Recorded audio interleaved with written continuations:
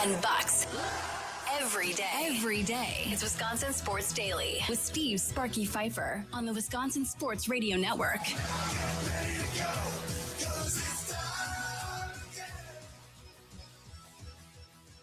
Welcome in. How is everybody doing? Holy cow, this is woo-wee. I think Thunder's ears are no, it was not Thunder, it was Tommy. That right? It was Tommy. Hold on, I gotta turn you on. Go ahead. Tommy is deaf.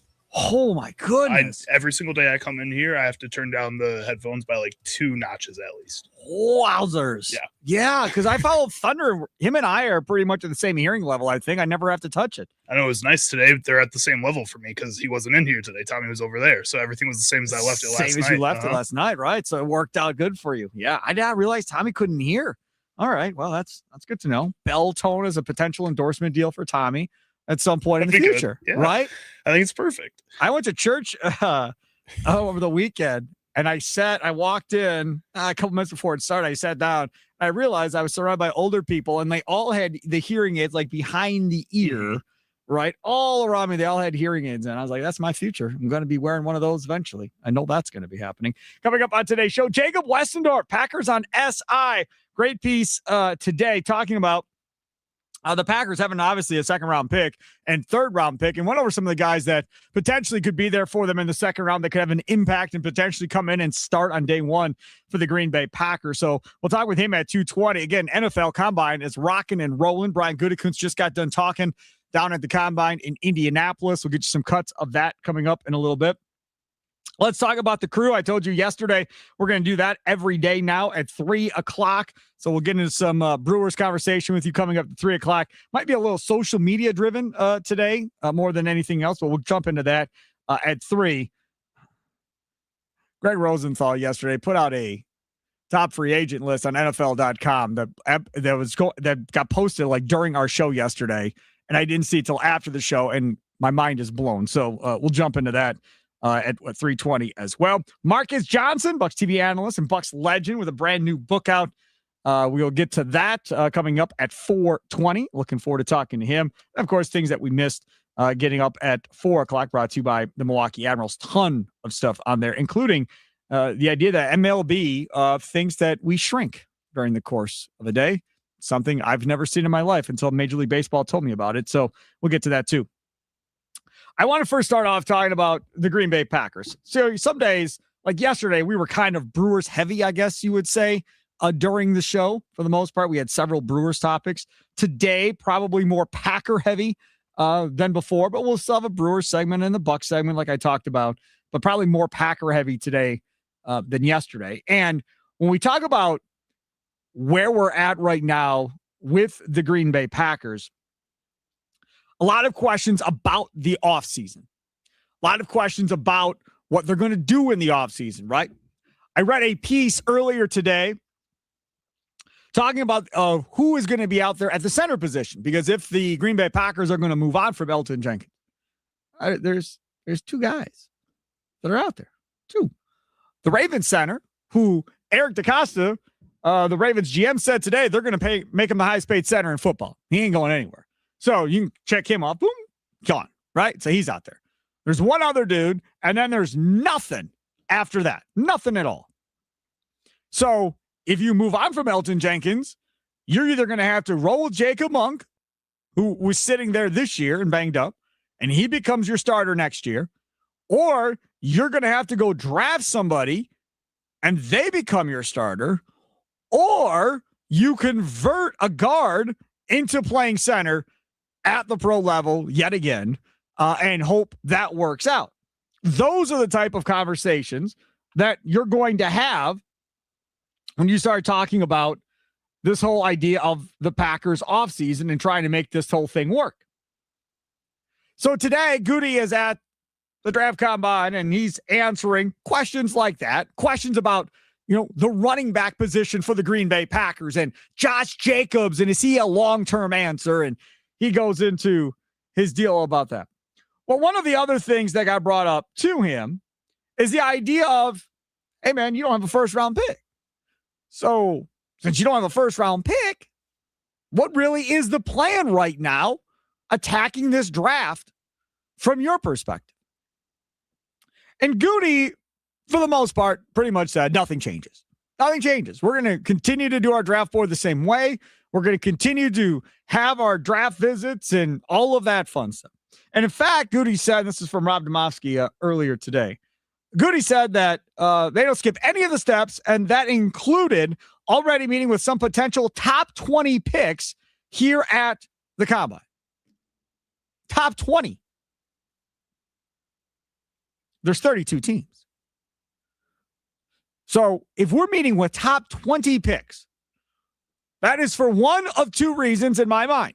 One, you're doing it because you feel like there's a potential that one of these dudes could fall because of off the field stuff, because of coming off injury, whatever. That could be the first reason, if you're the Green Bay Packers, why you meet with these guys.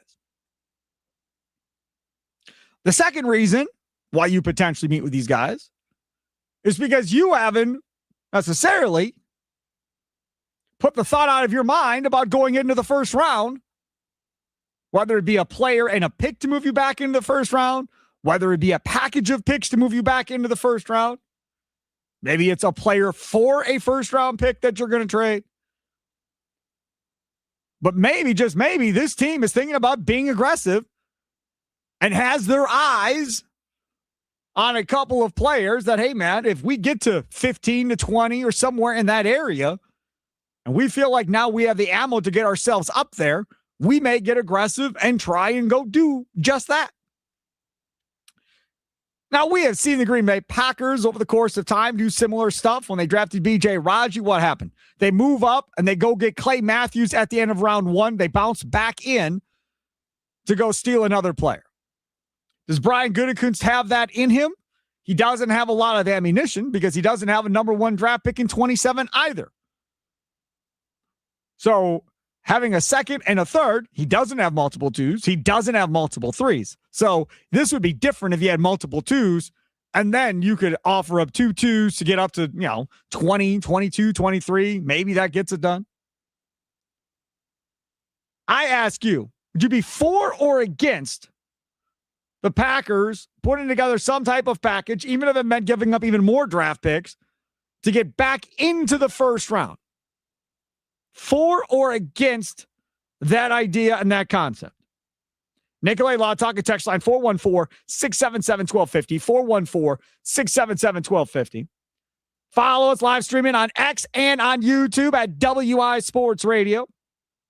Obviously, check out the website as well. All your podcasts are there. You can stream the audio part of this show as well, wisportsradio.com. Most years, I would be of the opinion, be aggressive, go get them. Be aggressive, go up there and get who you want.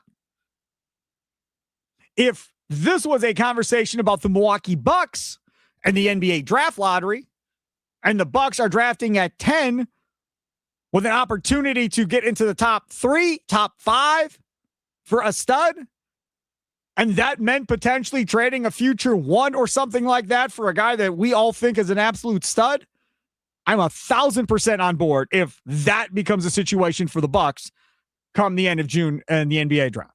I'm all in. For the first time maybe ever in my life, I'm not on board with trading into the first round right now if I'm the Green Bay Packers. I just think the cost of doing business, coming from where they're going to have to come from in the second round to get to around 20, even if it's 20 to 25, say somebody slips out of the top 20 that they're interviewing. That's a big jump, man. Like, you're potentially talking about a second round pick this year, maybe a second round pick next year, a second round pick this year, and a player that goes along with it. I just don't think that you necessarily have the depth anywhere to potentially make this worth your while. A second round pick's in Dontavian Wicks. What is Wicks really worth? I don't think that gets it done. A second round pick in Jaden Reed? Maybe. He's got the dropsies. I don't know if that necessarily gets it done at this point. I think the more likelihood of this entire scenario is that the Packers draft or go backwards and add additional picks throughout this thing. If they got to their pick in the second round and we have a trade, the Packers just moved back 5 spots and picked up an additional, I don't know, 5th round pick, whatever it is, to do that, I could definitely see that happening. When you're short picks, you want as many as you want, as many as you can get. And I think Goody in every draft would love to have somewhere around 10, right? And the draft 7 rounds. I think if he gave around 10 every draft, I think he'd be pretty excited about that. But you definitely don't want to come out of a draft with 5 guys. Bears, didn't you all go through one draft a couple of years ago with 4 or 5 guys? That was the entire draft? Because you traded away everything for Khalil Mack. Yeah, lost him. Correct, right. I remember that. And then they drafted a bunch of guys nobody even heard of. But from a Packers perspective, when we're talking about Super Bowl or bust and stuff like that, yeah, man, if you're trading up to get a stud edge rusher, if you're trading up to get a stud wide receiver or a stud left tackle, something like that, a difference maker, sure, I'm in if it's a can't miss guy. Then I'm in. Trade away 3, 4 picks, player, whatever. Cool. The odds of you getting a player like that at around 20 to 25 just doesn't seem reasonable to me that potentially is going to be something that's going to occur at this point. Maybe, but also you look at a team that just won the Super Bowl in the Seattle Seahawks and them jumping back into the first round in that 10 to 20 range to get a Nicky Minwari. And I think in a situation like this, you as a Packers fan kind of have to decide, do you trust Brian Gutekunst to know when he has a can't miss prospect, even if it is in that 20s range? I think a lot of people see a team trade up like that to get a player like that and say, oh no, this feels like an overreach. If he's that good and he's been passed on this many times, that means the GM's in the wrong. But then John Schneider went out there and proved that he can be in the right. He's done that before too. People thought Devin Witherspoon in the draft the year before was a reach as well. That's number 5 at cornerback. Yeah, right. He came out and was phenomenal these past 2 seasons for the Seattle Seahawks and that defense. Sometimes you just have to have faith in your GM. And I think Packers fans have to ask themselves, and I think a lot of them would answer no, do you have faith in your GM? Yeah, I got faith in Goody. I'm not lacking faith in Goody. Let me ask you this way. If I said, who do you have more faith in when it comes to drafting abilities, John Horst or Brian Gutekunst? Brian Gutekunst. Every day of the week. Easy, yeah. But realistically, that's not fair. That's not fair to John Horst at all. As I've said numerous times, it's not like this guy has been sitting there at the top of the draft and having potential opportunities, especially when you trade away all of your picks. So he doesn't even have a run on picks. My one's gone this year. I got a pick swap this year. I've traded my 2s for the next 20 years. I got no 2s. I mean, again, I just don't think sometimes it's necessarily fair. With Goody, at least, every draft, he's getting a ton of cracks, right? A ton, as they would say for the Birds. A lot of bites at the apple is what Goody is trying to get here when he's making these selections. Because if I have 10 selections and I get 3 starters out of it, that's a win. I win. Even if I only got 3 of 10 right, that's a win.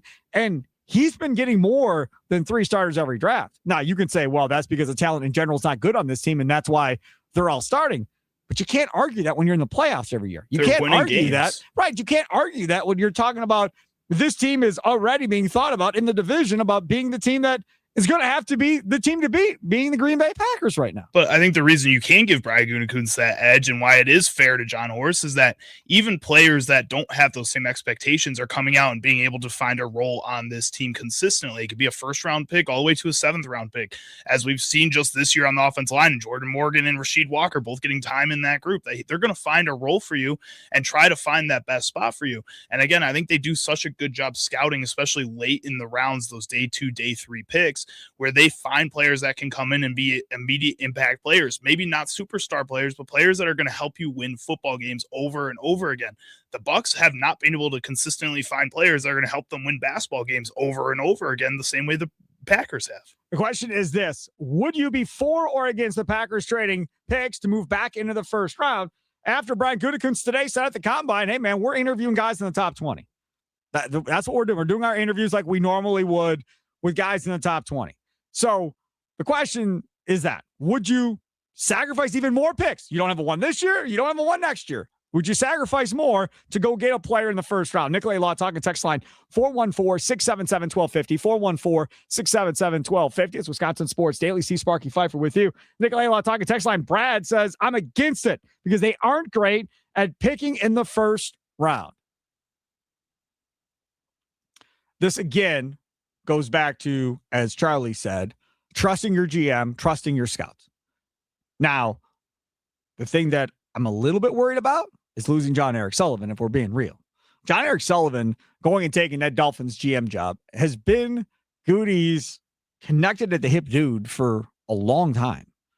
And now not having that guy with him, it's a little bit concerning. Now, you go and you sign the GM from Auburn to come in here and help out with the process. And obviously, he's going to have a good beat on players in this current draft and so forth, because he's been living in college football this entire time.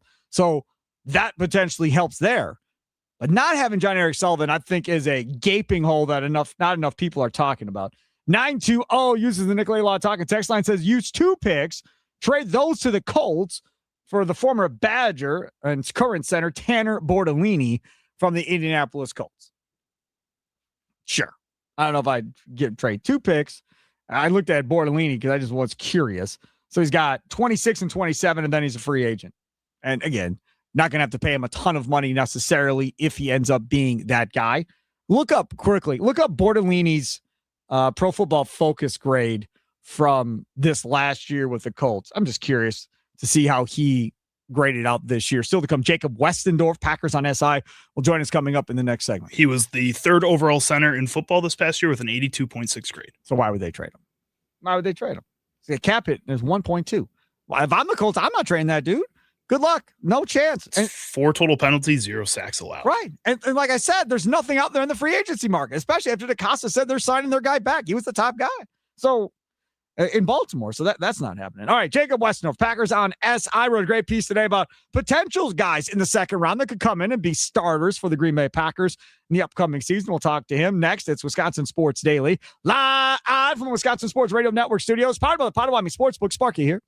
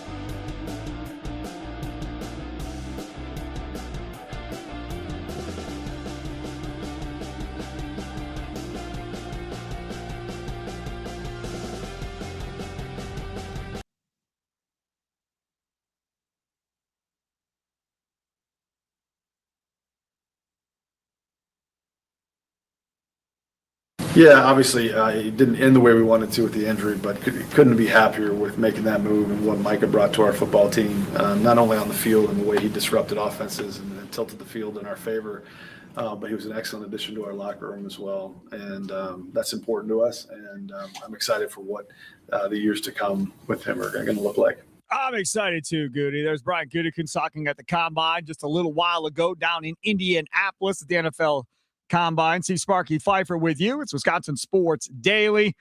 Joining us now on the guest hotline. Powered by Gruber Law. One call, that's all. You can see his pretty mug right there on X and on YouTube at WI Sports Radio. He is Jacob Westendorf, Packers on SI. Follow him on X at Jacob Westendorf.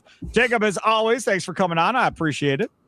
Yeah, thanks for having me back. It's that time of year again, so let's get rolling. Yeah, getting close to the draft. I want to go back to what we were talking about in the first segment. But before I do that, I want to oblige a listener that put in a request. You know, like you listen to a music station, Jacob, back in the day when there were actually jocks in the studios on all shows. Now they're all not that way. But back in the day, you call and be like, hey, I'd like to listen to Top of the World by Van Halen. Can you play it for me? And okay, yeah, right. We put it in. So I kind of like to do that sometimes if people have a request. So this is from the 920 on the Nicolay Lautaka text line. Can you call out my friend Joel listening to WNFL in Green Bay, who just texted me that he thinks the Packers are shopping Jordan Love and signing Malik Willis? Jacob Westendorf, all you, buddy. No, no. Like, listen, kudos to Malik Willis for what he's done, everything like that. Jordan Love's an MVP candidate. Malik Willis has never had to prepare week in, week out to be a starter since coming to Green Bay. I hate having this conversation because it sounds like I'm bashing Malik Willis. I'm not trying to do that. It's a great story. Jordan Love's a better player. He's a better quarterback. And even if they wanted to do that, if there was some world that they wanted to do that, financially, they cannot. Like, it's not something that can. It doesn't matter if a team offers you their next 27 first-round picks. Like, they would have to cut down basically the rest of the team and start from scratch. And this team shouldn't do that, can't do that, will not do that. So, no, they're not changing quarterbacks, and they should not. Who has the higher ceiling? Jordan Love. Between those two? Yeah, between Malik Willis and Jordan Love, who has the higher ceiling? Yes. Jordan Love, the guy who was an MVP candidate last year. Like, Malik Willis was almost out of the – like, dead serious. If Green Bay doesn't trade for Malik Willis, he may not be in the NFL right now, because he was traded for a 7th-round pick. If he's not traded for, Tennessee cuts him. He ends up on the practice squad somewhere most likely, and could have bounced out of the league if he ended up in the wrong situation at that point. Malik Willis has done some great things. I think he'll do fine. And now he's going to make like $30 to $35 million a year. Correct. And that's fine. He's earned that. That's what the scarcity of quarterback play does in these situations. But we are also talking about a guy who, like, anytime we're talking about Malik Willis, we're saying he needs to be in the right situation, Yeah. Jordan Love is situation proof. Like, they are able to do things without needing the perfect situation around him. Talking with Jacob Westendorf, Packers on SI. Follow him on X, Jacob Westendorf, joining us here on Wisconsin Sports Daily. In the first segment of the show, we read some comments because we didn't have the audio yet from our guy, Brian Gutekunst. He was asked about the draft process. You don't have a one. Does it change anything? And he went on to say that, no, nothing's changed. In fact, we've already set up interviews with top 20 potential guys in the first round, to which I asked, would you be for or against the Packers trading even more picks to try to get back into the first round here for a specific player? Now, I will tell you that almost every other year of my life, I would be like, hell yes, go get whoever you got to get. This year, however, I don't feel like I'm in that boat because you don't have a one next year either. I feel like this year I'm more in the boat of I'm okay if they trade back in the second to get some more draft picks because I think they have more than one hole that they have to fill here. Yeah, I think so too. It would have to be like the perfect player. You know, if Arvell Reese from Ohio State for some reason dropped, and that's it. Him, but how does that happen? I don't know. Miles Jack happened once, and it was a medical issue in which Green Bay probably not in the business of doing the medical stuff anyways. So you put all that together. Yeah, I'm with you. I think that there's more things that they need to be able to do both now and in the future. Like all three of their top cornerbacks this season, Carrington Valentine, Keyshawn Nixon, are on actual expiring deals. And Nate Hobbs is on what is in essence an expiring deal. If he's in Green Bay, next year is probably his last year here. So those are your top three corners. Like, they need rookie contracts. in that room, if nothing else for depth. That doesn't even get to the fact that they need to upgrade that position. They need guys that can just kind of fill out the back of a room in case all of those guys are gone, which I kind of suspect would be the case after this season. All right, so let's talk about your piece. Speaking of cornerback, you've got guys that potential second-round picks for the Packers that may be there for the Packers, that may be able to come in and start right away in week one, maybe for this Packers team or somewhere along that line. Chris Johnson, the corner out of San Diego State. Tell us about him. Yeah, he's kind of the darling right now, if you will. The problem I think you're going to end up running into is like people just discovered, quote unquote, him late. So they're going to talk about him as a second-round pick. If he has a big week in Indianapolis, right now he's ranked 46th on the consensus board, which means like people kind of think he could fall into Green Bay's range, but he's moving up those boards. There are people starting to mock him in the first round. But if he's able to play, Justin Mello from our NFL draft on SI called him, quote, an excellent schematic fit. So from that standpoint, that's always a positive instead of having to put in somebody who you don't think fits a new scheme. If they can fit in that way, that's something you can do. But his own corner, solid tackler, and he has ball skills, which is something that Green Bay secondary does not have. You know, they had one interception from their cornerback group last season, 2 if you include the playoffs, with Carrington Valentine and Keyshawn Nixon each getting 1 apiece. But that's the guy who I think that everybody's kind of in on, if you will, right now. That'll probably change once if and when it becomes obvious that Green Bay is not going to be able to draft him without a significant move up in the second round. I really hope NFL teams aren't like us fans and media members that do mock drafts, because it just cracks me up how an entire college football season is done. This dude hasn't played a game in weeks, months, or whatever. And now all of a sudden, he may be a first-round pick, even though we all think he's a late second-round pick. That all could change here in the next month, and all of a sudden he's a first-round pick. It literally drives me nuts, because if I'm an NFL team, if I don't have him in the first round right now, after watching film, being at games, talking to him, having the discussions, all of that, and essentially he's moving up because of a 40 time or a hand size or how long his arms are, or he interviewed well, and now he's moving up a full round. Like, I don't know. Like, I question the entire process, I guess, at the end of the day, Jake. Yeah, I don't think it works quite that way. I think for the most part, guys that are going to be picked that high were guys that were going to be picked that high anyways. There's a couple here or there, right, that might have something like that. And sometimes, I mean, these are humans doing this process too. Don't you remember Savage? Remember when the Packers took him in the first round? He was like in the second round, I want to say, like 2 weeks before, and leading up to the draft, everybody's like, oh, he's flying up the draft boards. Here he comes. We'll see who takes him. And the Packers ended up being the team that took him.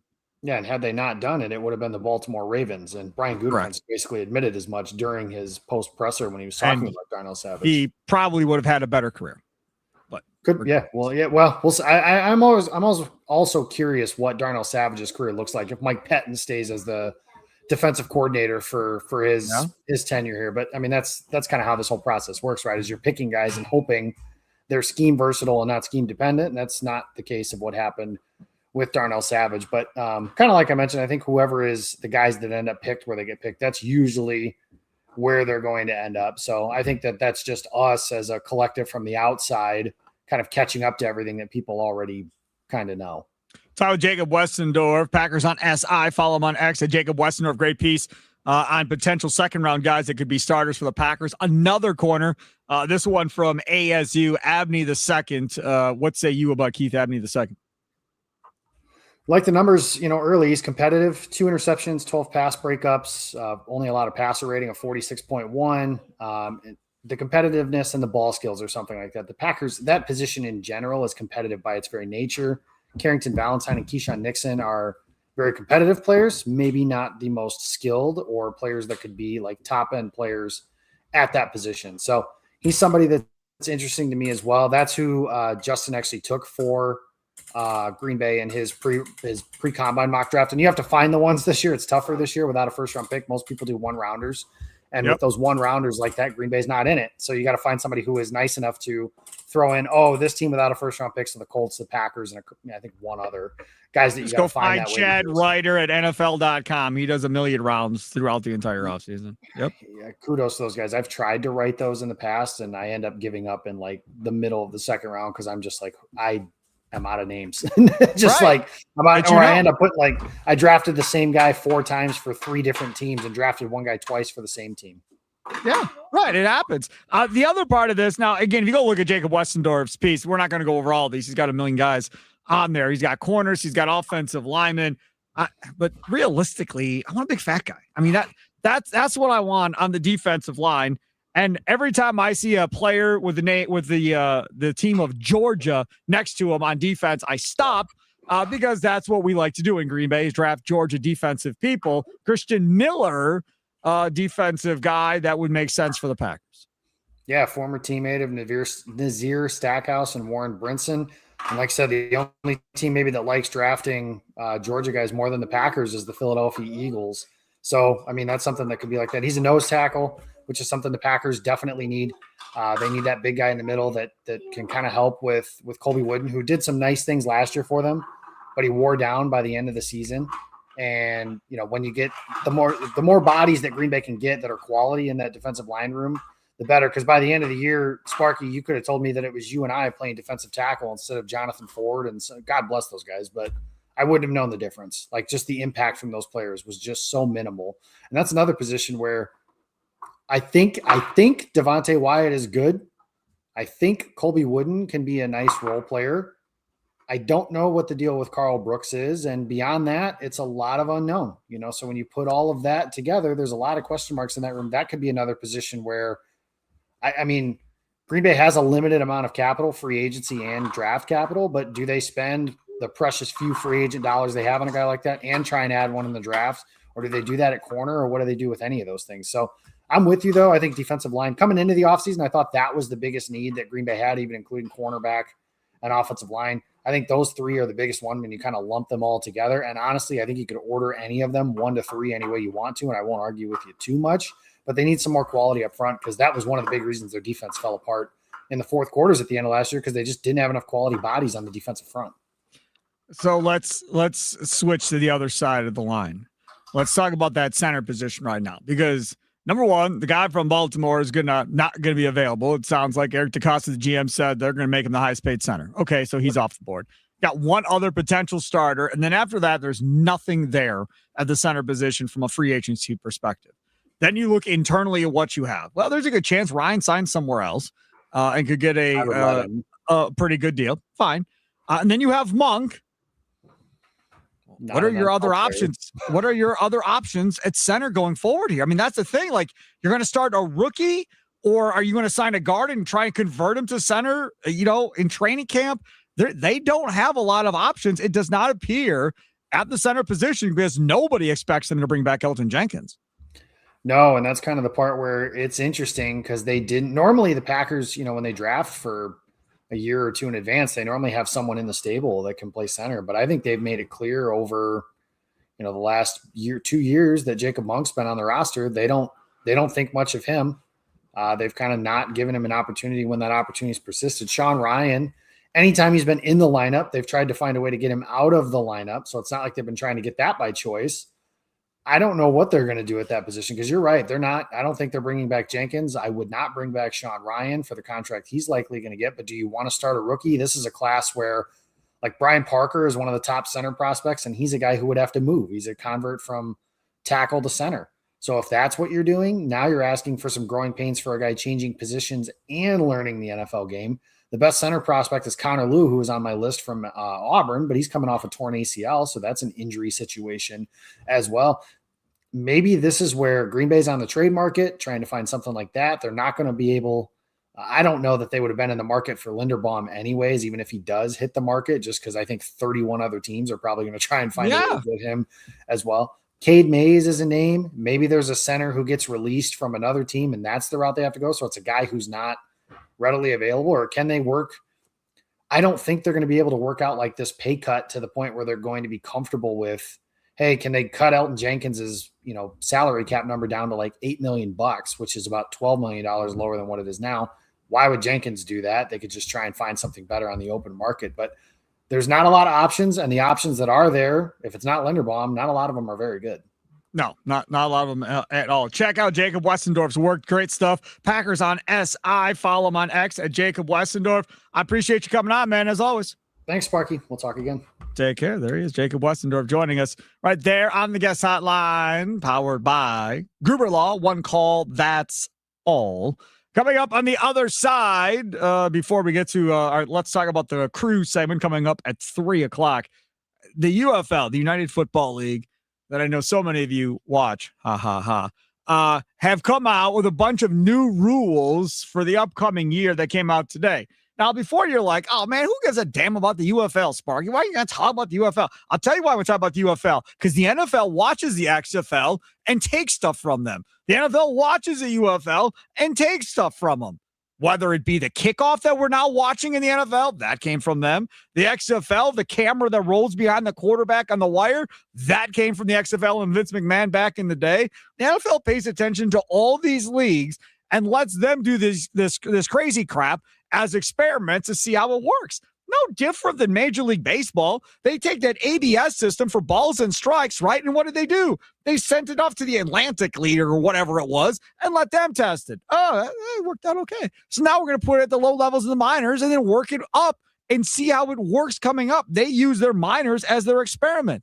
Same thing the NFL does with these other football leagues. Same thing. So the United League has some ideas of how they're going to change things. And I'm just curious to see if any of you like some of these rules are going to put in. We'll talk about that coming up next. It's Wisconsin Sports Daily, live from Wisconsin Sports Radio Network studios, powered by the Potawatomi Sportsbook. Speaking of that, can you feel it?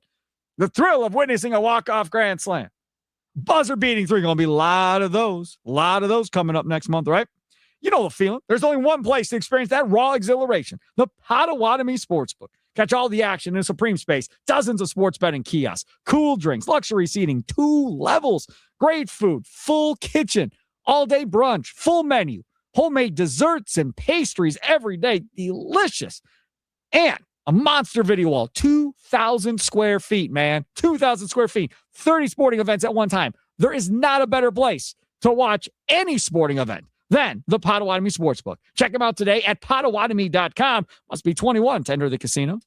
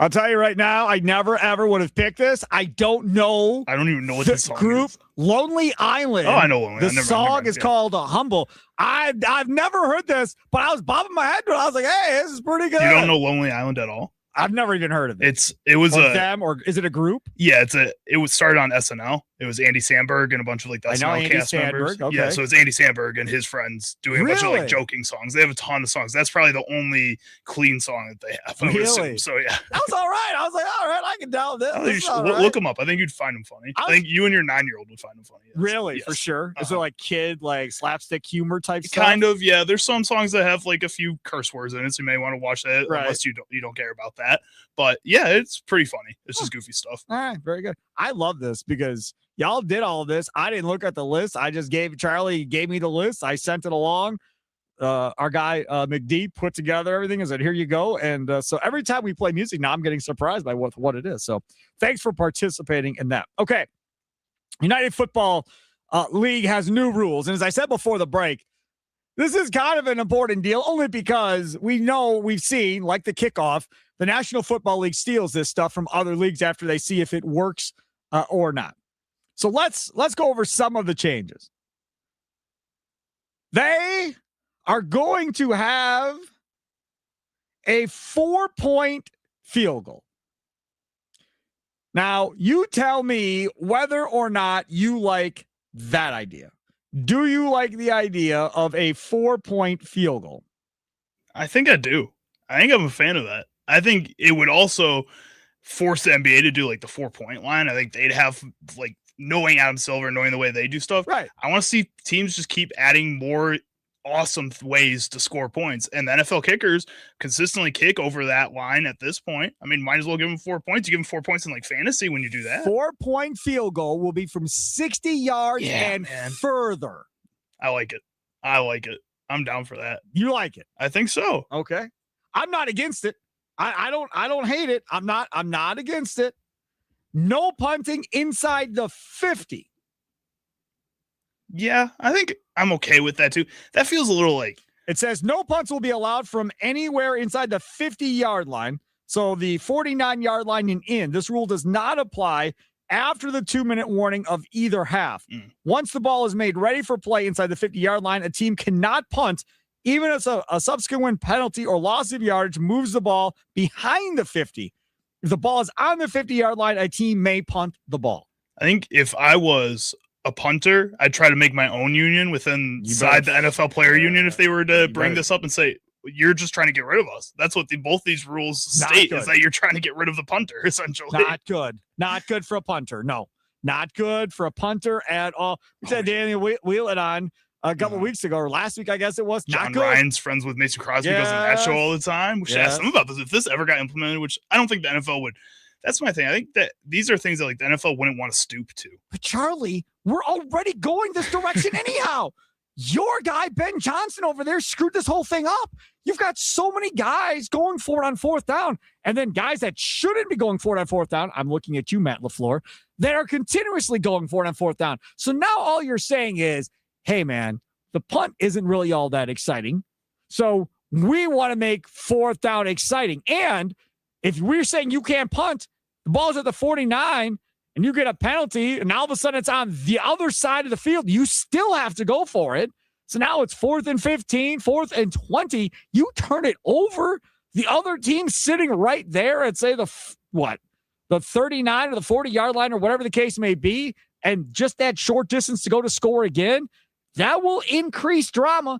This is another rule that I could see the National Football League falling in love with and going, we could increase scoring, and people love scoring. They could. Absolutely. I think the NFL has to get to this point, though, where they feel like they're being threatened by some of the other professional sports leagues around them. One of the big four leagues, MLB, NHL, NBA, one of those leagues is taking a run at their crown, which I don't feel like they're at that point yet.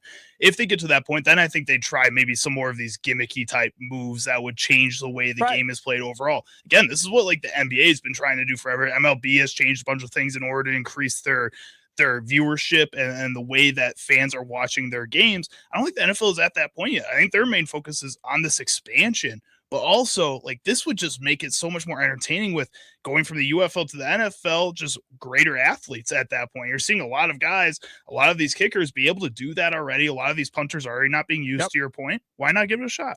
Here's another one. 3 point after attempts for touchdowns. 3 scrimmage play options to elect their point after touchdown attempt. 1 point conversion, 33-yard field goal. 2 point conversion, ball placed at the 2-yard line. Okay. 3 point conversion, ball placed at the 8-yard line. Love it. I like that. Love it. I'm in. I'd put it at the 10. You could make that. I was going to say, move it to the 10, and then you could take that even further and move it back 10 yards every time. That's adding a point. That's adding a point. Right. So you go to the 20, it's 4. If you want to go all the way back to your own 10, say that's 9 points right there. That's 10 points right there. You can change the whole game. But it's on one play. But it's on one play. You got to figure it out. Right. It's on one play. So that's something else that I found interesting too. Let's see what else here. Overtime, 3 attempts per team. Teams will alternate attempts from the 5-yard line. If after 3 attempts for each team, the ties have not been broken, the teams will alternate attempts until there is a winner. The home team will have the choice to go on offense or defense first. A coin toss will be implemented in lieu of home team choice. Do you like that? 5-yard line, teams will alternate attempts from the 5. I think so. That's, again, going more to this kind of college style that the NFL has been trying to do, but it's one play. That's limited. It's not drive. It's one Here's play. the 5, your ball. You score. Here's the ball at the 5, my turn. I score, we tie, we move on. We each get another try. I don't score on my one play, it's over. I think overtime would be over much quicker most of the time, number 1. And number 2, when it's not and it's going, it's going to bring a lot of drama and a lot of people tuning in. A shootout. That's like in the hockey, soccer, like we just saw, the golden goal type of thing. Right. Like that would bring a lot of, just again, like you said, excitement. Probably get rid of ties at the end of the day. Just get it over with like that. The last thing they have here is tush push being banned. Yep. Are you okay with that? Sure. But that's the thing, is that with the actual NFL, nobody brought up in this last meeting about banning the tush push. Goody was asked about it today. Hey, has anybody asked you to sponsor the tush push ban? He goes, nope, not yet. So they're obviously not doing it. And again, the rumblings were last year that potentially the NFL may have asked them to sponsor it and push it out there. No pun intended. To see what would happen. It didn't happen. Everybody thought that this year it would get banned for sure. And instead, nobody's even bringing it up. You saw more teams actually use it this year than in the past. And not have as much success either in some instances. There's that as well. Coming up next, time to talk about the crew, baby. Brewer social media has been on fire as of late. It's Wisconsin Sports Daily, live from Wisconsin Sports Radio Network studios, powered by the Potawatomi Sportsbook. Sparky with you.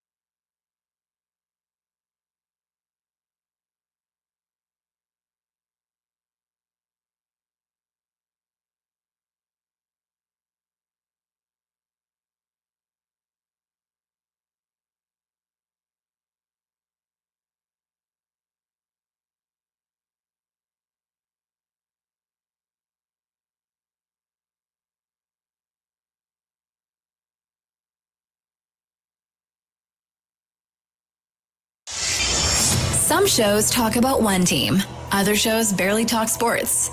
This show will talk Packers, Brewers, and Bucks. Every day. It's Wisconsin Sports Daily with Steve Sparky Pfeiffer on the Wisconsin Sports Radio Network.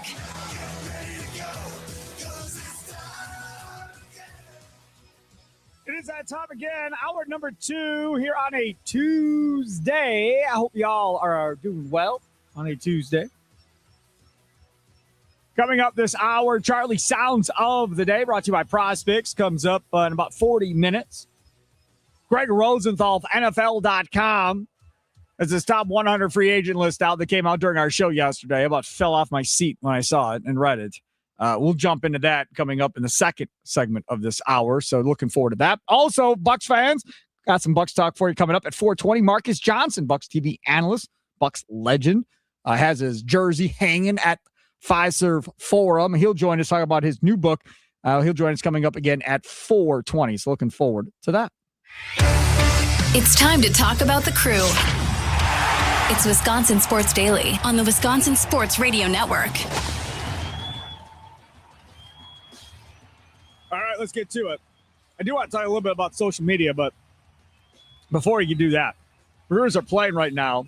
They're up 5-0 on the Athletics in the first inning. Charlie, have you seen the box score? Have you seen what's going on? I have not yet, no. Charlie, they're a 5-run scored. Uh-huh.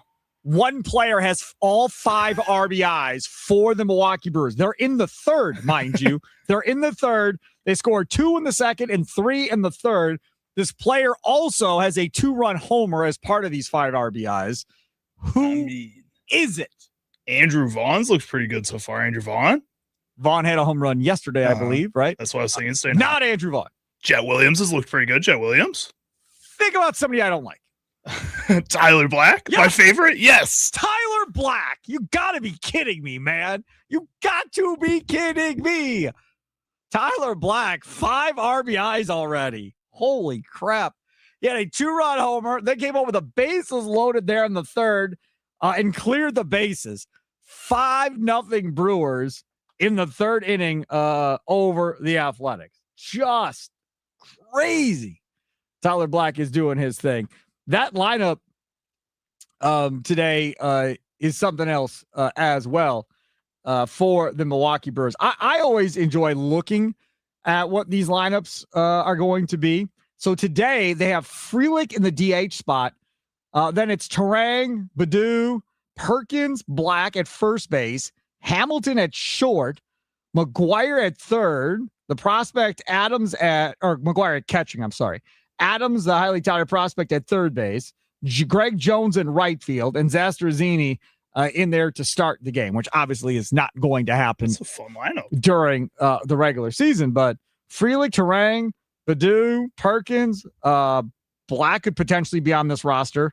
Hamilton's going to be on the roster. McGuire's going to be the backup probably. Adams and Jones won't be. But again, of those guys, a majority of those guys could very well be on the everyday roster and when this whole season starts on March 26th. For sure. And I think even some of those younger players that we're looking at here, not that they'll be on the opening day roster, but I think you could start seeing them get their names talked about a little bit more in the minor leagues, maybe halfway through the season, guys that are getting potential help there. I don't know. I really like Luke Adams out there at third base to start a game. I don't think obviously he's going to be an MLB guy, but I think it's the guy who's going to get his name talked about in the minor leagues a lot this season. He eventually will be here, just not this year. This is going to be something fun to watch all these third base guys down in those minor leagues and see which one of those guys may get a shot at the major league level first, especially with a placeholder like Rengifo there right now. Ziggy of the Nicolay Law Talk and text line, you could participate there as well. 414-677-1250 said, I just won't get too pumped up over Tyler Black RBIs. These pitchers are trying to just locate fastballs this early in the season. Also, when Sparky said someone I don't like, I assumed it was Joey Ortiz. No, I don't have a big issue with Joey Ortiz. Just frustrating sometimes. Frustrating. Yeah, I got no issue. No, he doesn't like Tyler Black. Tyler Black. No. When he said it was someone I don't like, I knew it was Tyler Black right away. I've advocated trading Tyler Black for 2 years. No. I mean, maybe I'll be wrong, but he just seems like a 4A player to me. Like a guy that can be fine. He's not even as good as Keston Hiura. I wouldn't even go that far. I mean, Keston Hiura is better than he is in the minor leagues. I don't. But they like him.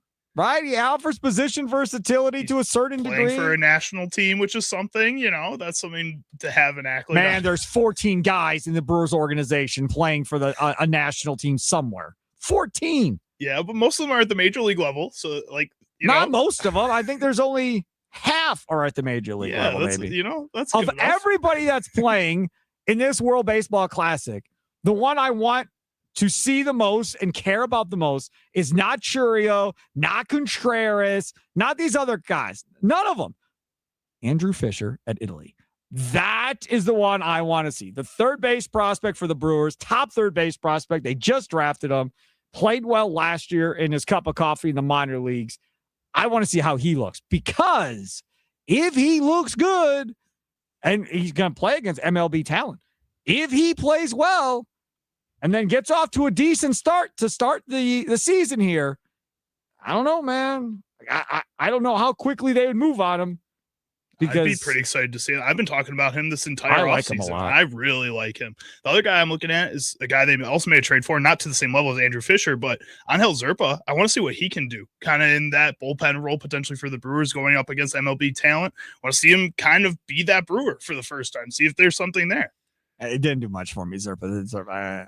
We've said that about every single trade that they've made in the past 5 years. And Chris Hook always figures it out, right? So if Matt Chris Arnold Hook always knows what he's doing. Yes, if Chris Hook gets the Zerpa part right and gets him fixed, God bless America, right? Then it all works out well. But definitely an intriguing arm for sure.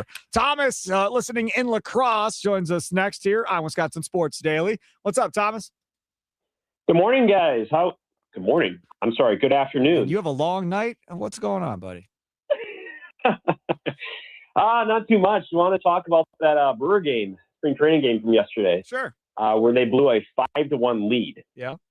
Against the Padres. I was watching that, and I couldn't help but think of how blowing that 5-1 lead, it wasn't really about the score that I was absolutely in over my head about. It's about the team identity. See, and we could not hold a 5-1 lead late. The Padres scored 6 unanswered on us in the bottom of the 8th inning, eventually going on to win that game.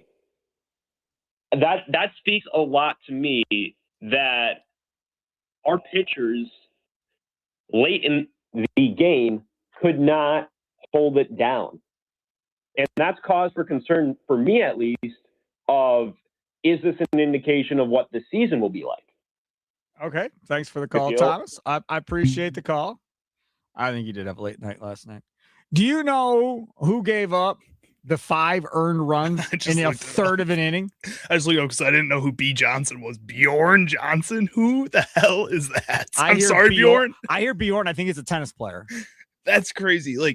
I get it that people get concerned and want to get into these spring training games and put some kind of, emphasis on them a little bit for how the team mentality is going to be, like Thomas was. At the same time, when you get late in these games, it's not the same players you're going to see during the regular season. And to start a lot of these games that the Brewers have played this season, they've looked really good. Their starters, their actual players that you're going to see at the MLB level have played really well. I'm not as concerned about that. Now, maybe in the future, Bjorn Johnson could potentially be a part of this bullpen one day. I'm not expecting anytime soon, and I would hope that he gets better during that time.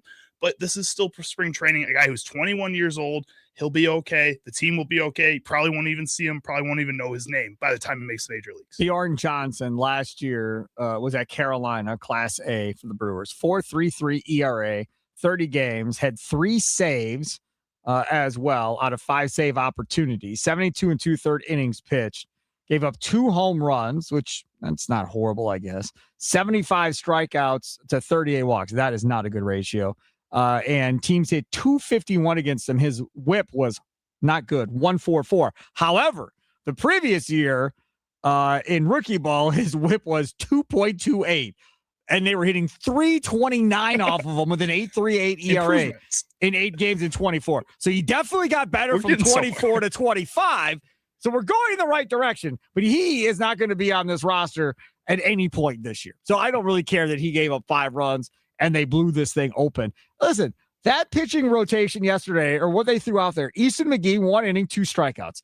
Abner Uribe, 1 inning, 1 hit, 2 strikeouts yesterday. Craig Yoho, who got obliterated at the major league level, 1 inning, clean, no walks, no strikeouts, nothing like that. Then Drew Rom, 1 inning, 1 earned run, 1 strikeout. Most of you don't know who that is. And the rest of these guys that pitched after, most of you don't know who it is.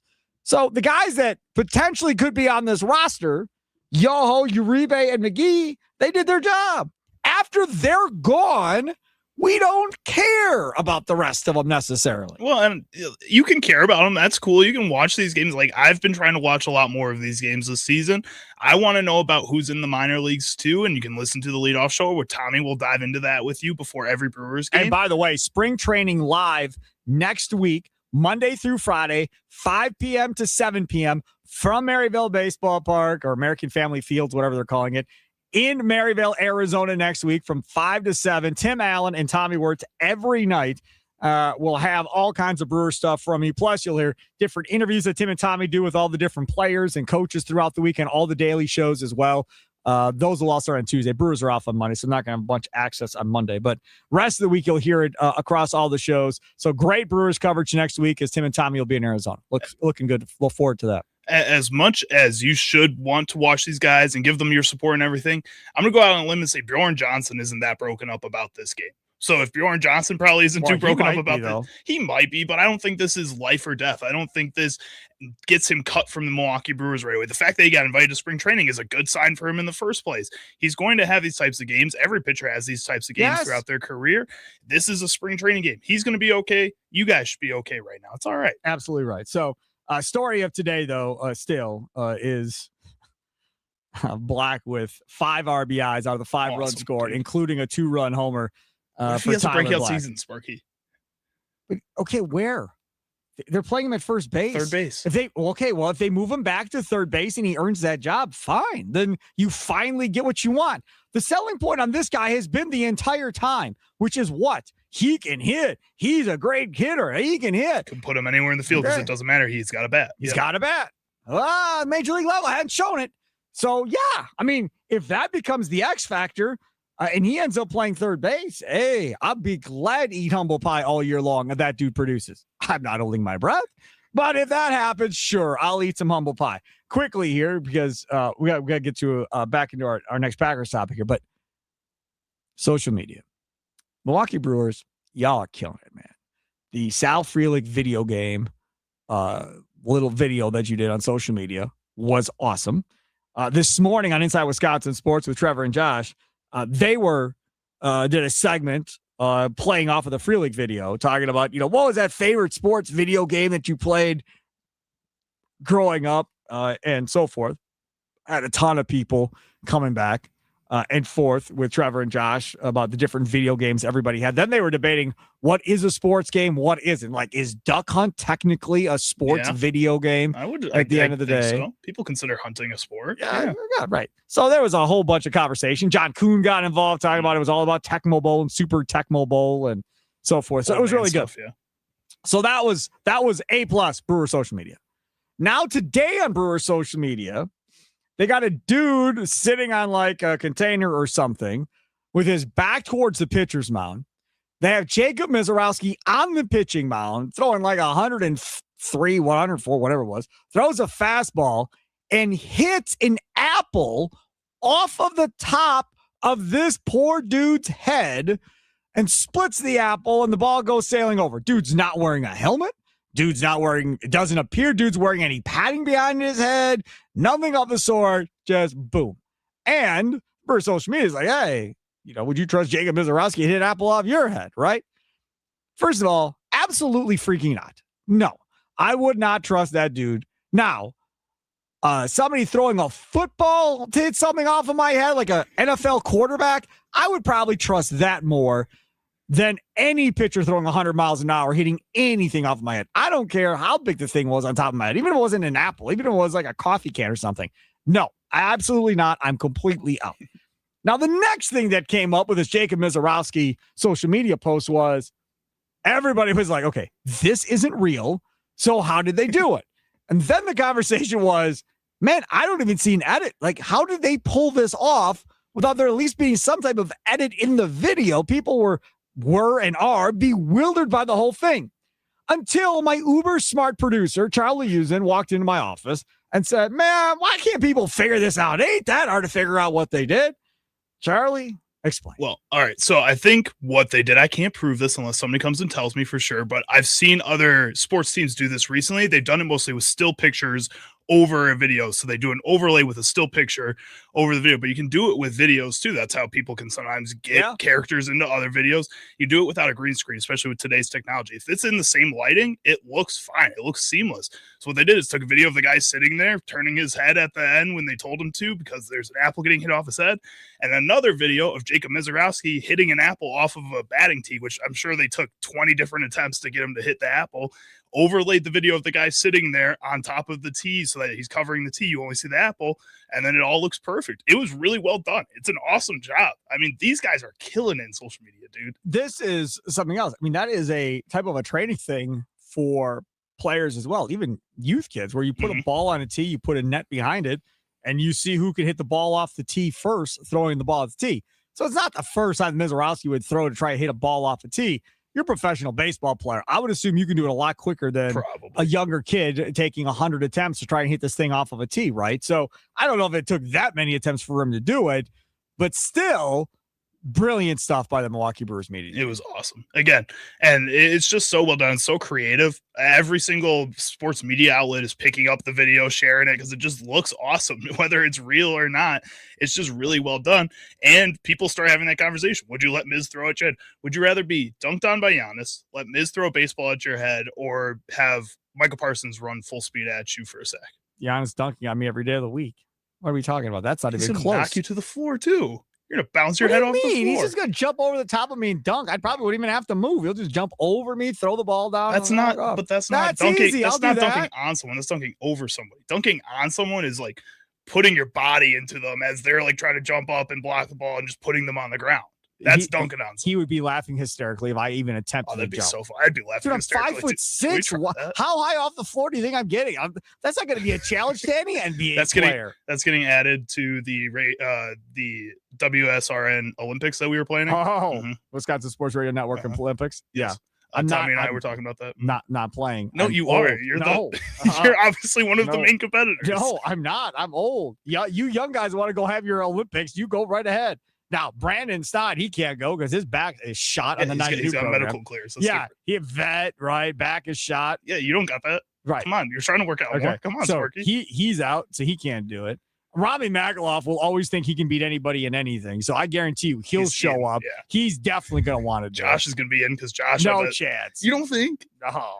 I bet Josh, I bet will guarantee he's going to be what? good at like two things specifically and try to beat everybody in those two things. Charlie, they just had Jeff Levering on that show. What was it, yesterday or the day before? And Levering's like, yeah, after I get done here, because he's at Brewers spring training, Brewers play-by-play voice. Levering goes, I'm going to go take a 10-mile hike. Josh is like, yeah, no, I'm not doing that. But you have fun on your 10-mile hike. You're telling me he hasn't walked multiple miles at like Disney World before? Yes. See, if you give him the right motivation, he'll do it. Okay. I think I can figure it out. I'm a motivator. And how exactly are y'all going to beat Trevor Thomas in anything at 6'8"? Tell me that. He's not going to be that fast of a runner. I think one of us could beat him in a sprint. Okay. You know? I think we could do that. Yeah, I feel like he's more lanky. He's just kind of like oogly a little bit. So oogly? So he won't be that much of an athlete. Yeah, we'll be fine. Oogly Trevor Thomas inside Wisconsin I'm taking Sports. all the gold medals. Weekday mornings from 6 to 9. You are just as cocky as Rami. It's unbelievable. Coming up next, Greg Rosenthal put together his top free agent list. Wait till you hear who number one is. Never in a million years would I have put this dude at one. We'll talk about that next. It's Wisconsin Sports Daily, live from the Wisconsin Sports Radio Network studios, powered by the Potawatomi Sportsbook. Sparky's with you.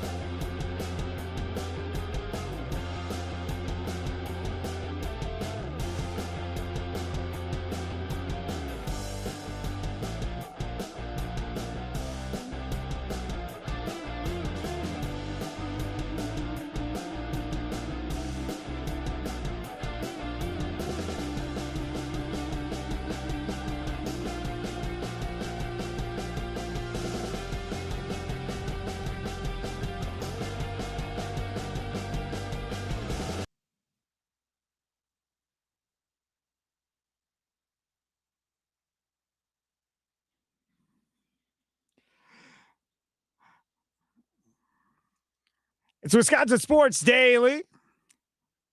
See, Sparky, 5 away with you. Charlie, use it over there. We're really all over the place. Told with you. this. We had the listeners vote on what music they wanted.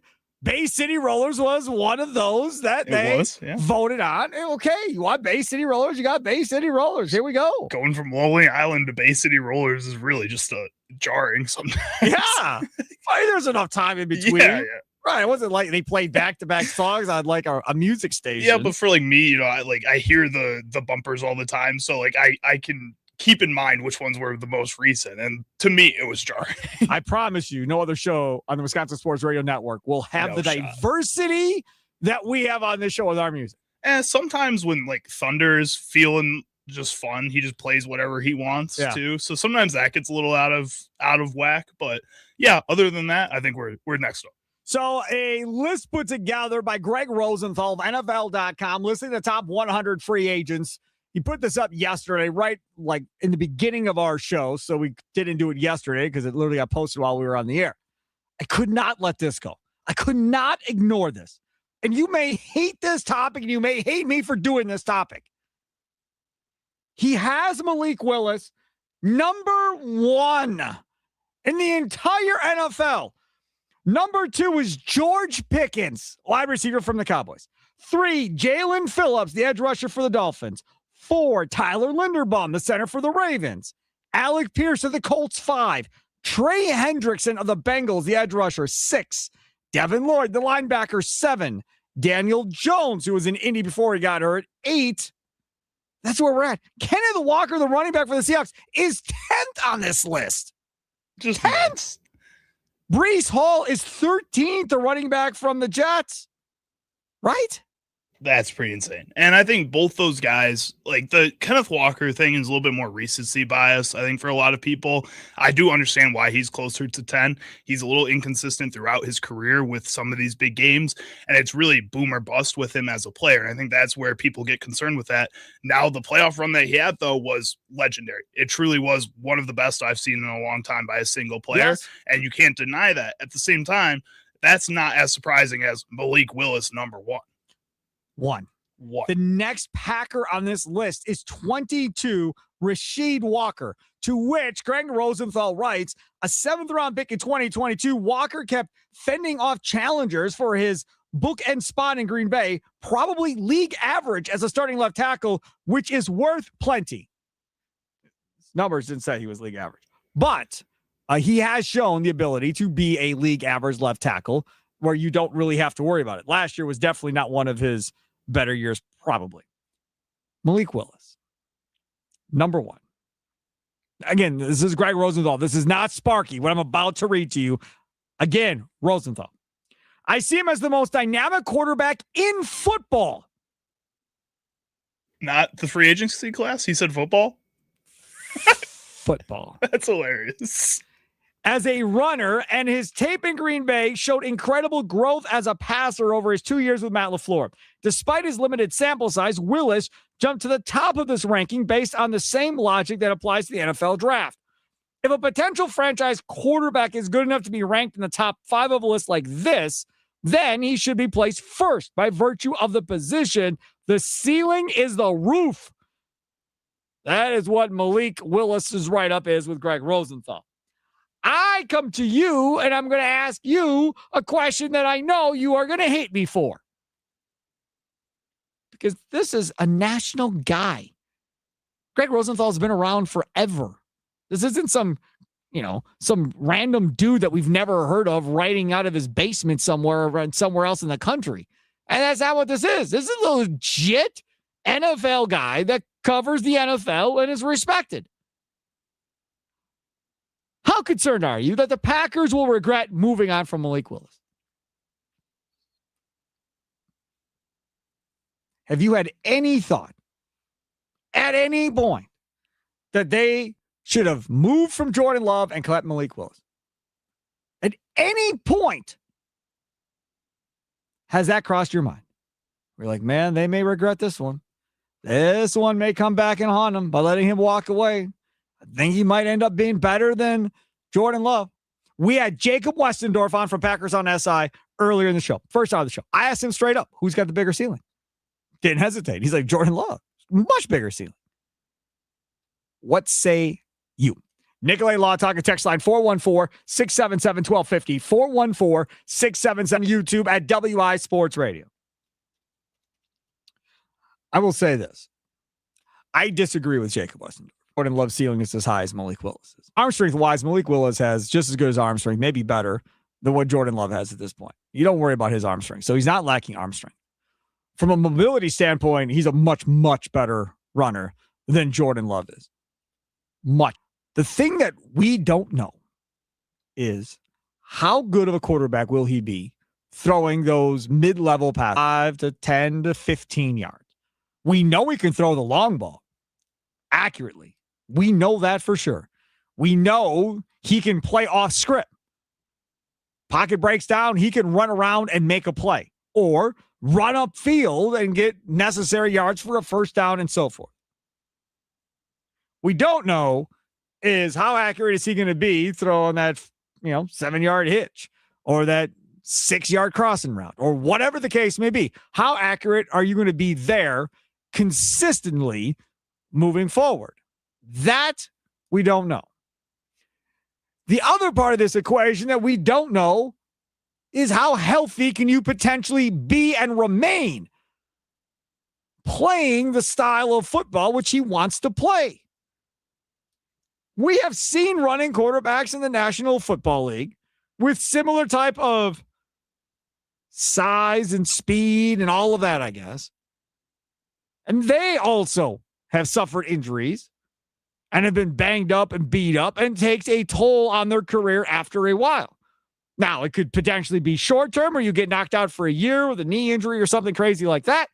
It could be 3, 4, 5 years down the road and you're having all kinds of physical issues and it's weighing on you.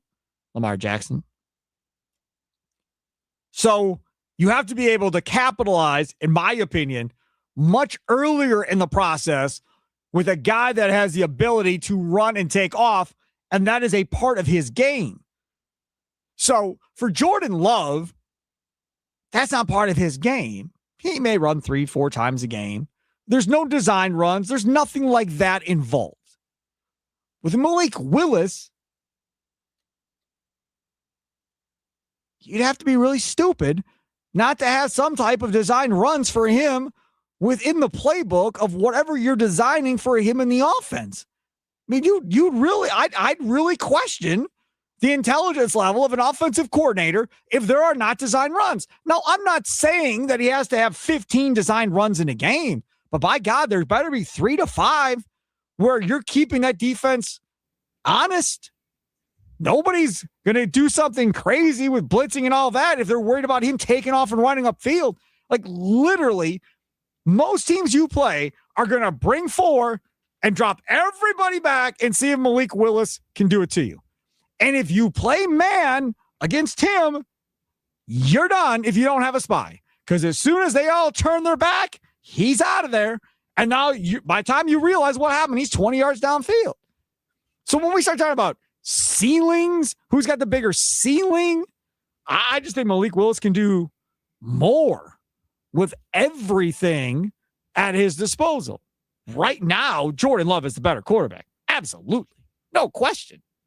How much more does Jordan Love have to go to where you go, okay, that's who the dude is. This is who he is, right? Eventually, Tom Brady got to that point where like, okay, this is it. This is how good he is. Aaron Rodgers, all right, he's awesome. This is where he is. Jordan Love, still relatively young, not by age, but by year starting of trying to figure out who he is. We don't know. I know this. Malik Willis has a far bigger growth period left in his career that, in my opinion, than what Jordan Love has in his because he's farther behind him as far as throwing the football goes and improving himself. Malik Willis has never started a full season. So if you've never started a full season, that jump where everybody gets better after you play a full season, that's your biggest jump normally in your career is year 1 to year 2. And then some have another jump year 2 to year 3. And then normally that's about it in the National Football League. And that's kind of where you are.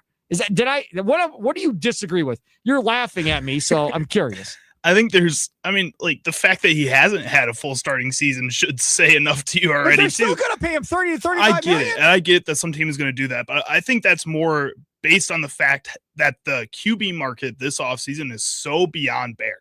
It's Fernando Mendoza in the draft, nobody else, and then Malik Willis, Daniel Jones potentially if the Colts don't re-sign him, which it looks like they're going to give him a contract. Simpson out of Alabama might be a first-round pick. Might be, but again, he wouldn't be if this was a class with 3 or 4 other guys that were first-round caliber quarterbacks, which it's not. Yeah. I think Malik Willis is getting a lot of this hype. because there's just such a necessity to put somebody into that spot to get that hype at that quarterback position, because nobody else is getting that right now. Not even the Heisman winner, not even the national champion. People are talking down on him instead and hyping up Malik Willis. This feels like, to me, as a Bears fan, I know they're two completely different players, but when Mike Glennon was signed to the Chicago Bears to be the starter of that team, people were hyping him up more than I think they needed to, because it felt like that market was so bare, and the Bears were dealing with 2 bad years of Jay Cutler back-to-back when they signed Mike Glennon at that point. This is something where I think a lot of bad teams are going out in this market and saying, this is the guy we need just because he's there, just because it's a change, just because it's different, not because of who Malik Willis is or the type of player he is. I think that if you were to put him in this offense, yeah, you got to design more run plays for him. But then defenses are also going to be more prepared for a player like that. And if he has to start throwing 25 times a game consistently throughout an entire season, what does that look like? There's so many more ifs about his overall game. Yes, he can run, and that's awesome, and that's definitely a threat. But Taysom Hill can run too, and he never got a chance to be starting quarterback because he can't throw the ball. Taysom Hill is not as good as Malik Willis throwing a football. Like I don't. To me, at least, I don't think he's nearly. And I don't think Malik Willis is that much better throwing a football than Taysom Hill. Oh yeah, yes, absolutely. Just what I've seen this year, he's better than Taysom Hill already. Here's Ben Solak, who has been on the show before, on teams potentially interested in Malik Willis. This is from Rich Eisen show on ESPN. I think the Jets, we know that Aaron Glenn likes mobile quarterbacks. They have Justin Fields there on like their veteran deal. I think you can sign Malik Willis for roughly the same deal, probably a little bit more.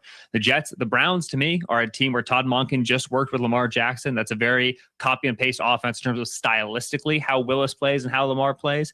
Arizona is the other team. Monty Ossenford, general manager there, was in Tennessee when Malik Willis was drafted by the Titans. So I think those 3 teams are going to be aggressively in on Willis, along with the Dolphins. Like I said, that Packers familiarity.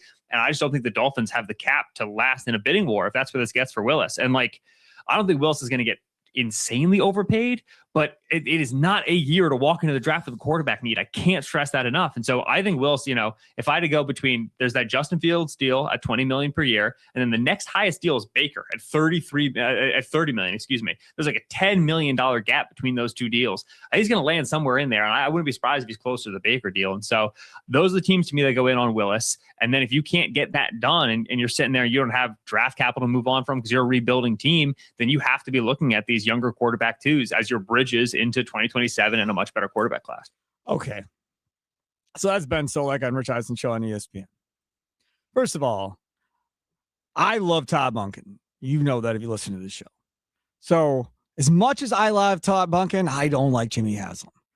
So that's just a struggle for me. And you still have the Deshaun Watson shadow sitting there in Cleveland, not going anywhere.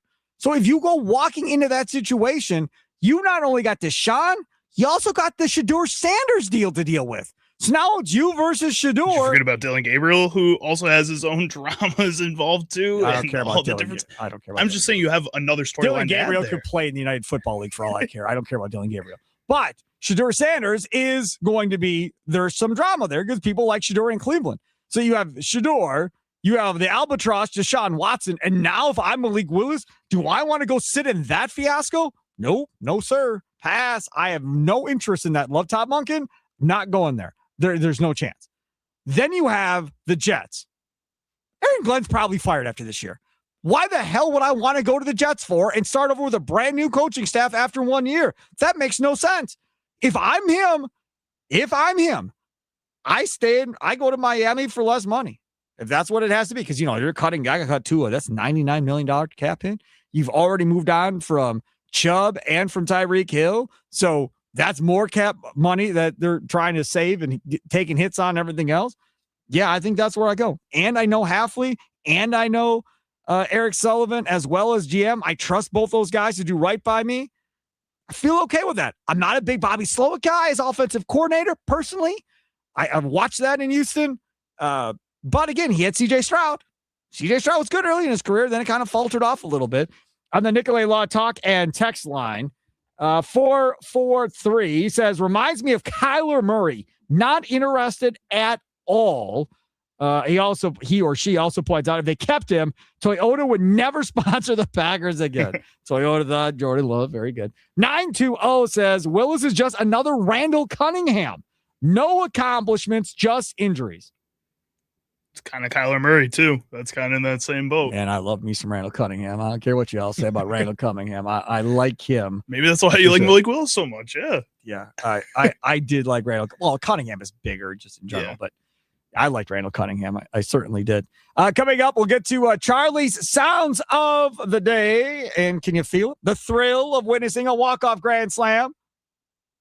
Buzzer-beating three. Going to be lots of those coming up next month. And Sparky, and you know the feeling. There's only one place to experience that raw exhilaration. Potawatomi Sportsbook. Catch all the action in Supreme Space. Dozens of sports betting kiosks, including right there off the parking garage on that walkway connecting that to the Potawatomi Casino Hotel. 48 beers on tap, dozen different specialty cocktails. Plus, you have desserts made in-house every day, desserts and pastries, and a full menu, all-day brunch to go along with it. Great seating, 2 levels there. And a monster video wall, 2,000 square feet, up to 30 sporting events at one time. Only at the Potawatomi Sportsbook, best sportsbook in the Midwest. More info at Potawatomi.com. Must be 21 to enter the casino. Straight ahead, Charlie's Sounds of the Day. It's Wisconsin Sports Daily, live from Wisconsin Sports Radio Network studios, powered by the Potawatomi Sportsbook. Sparky here.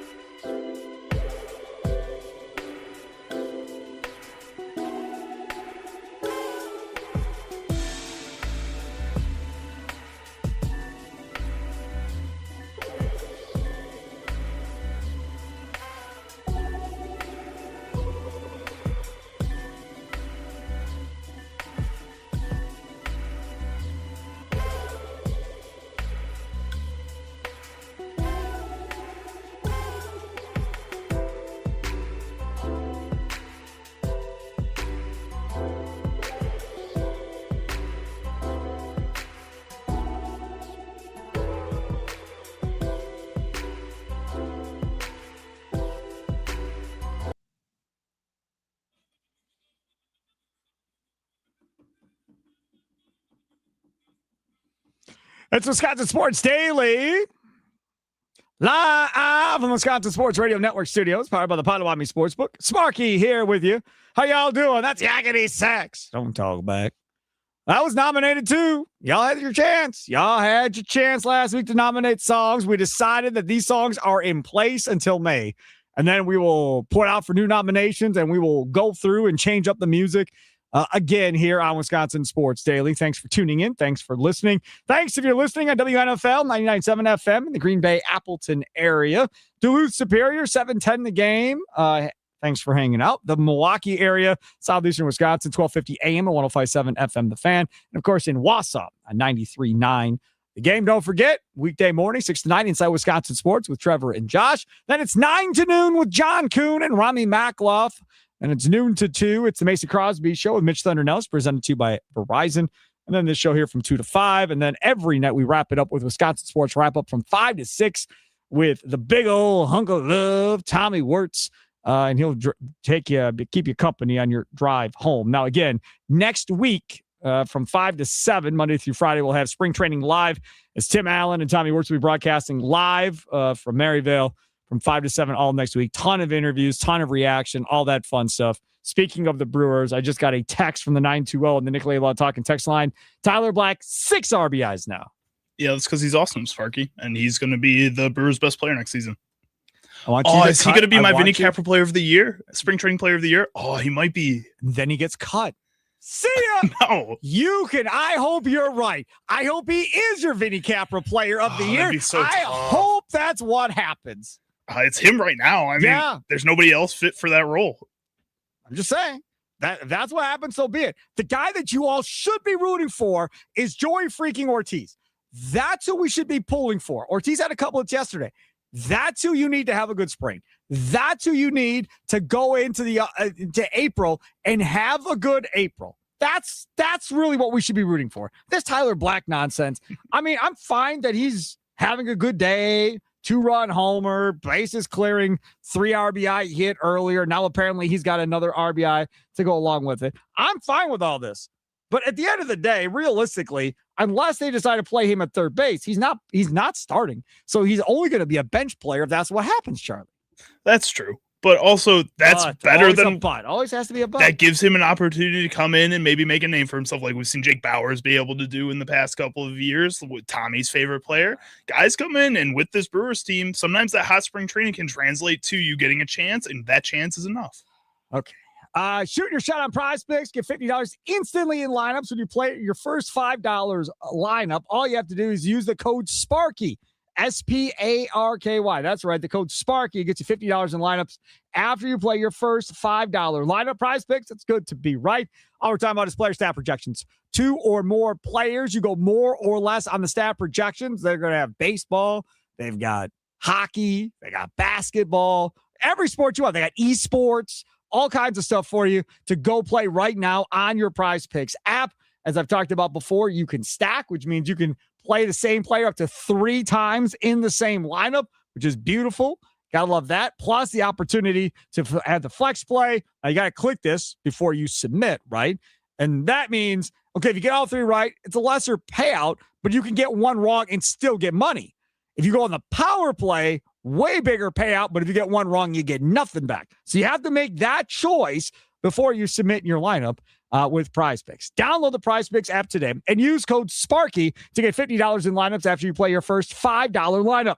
That's code SPARKY to get $50 in lineups after you play your first $5 lineup. Prize Picks, it's good to be right. Must be present in certain states. Visit prizepicks.com for more details. Coming up in the 4 o'clock hour, we'll get to our green and gold update.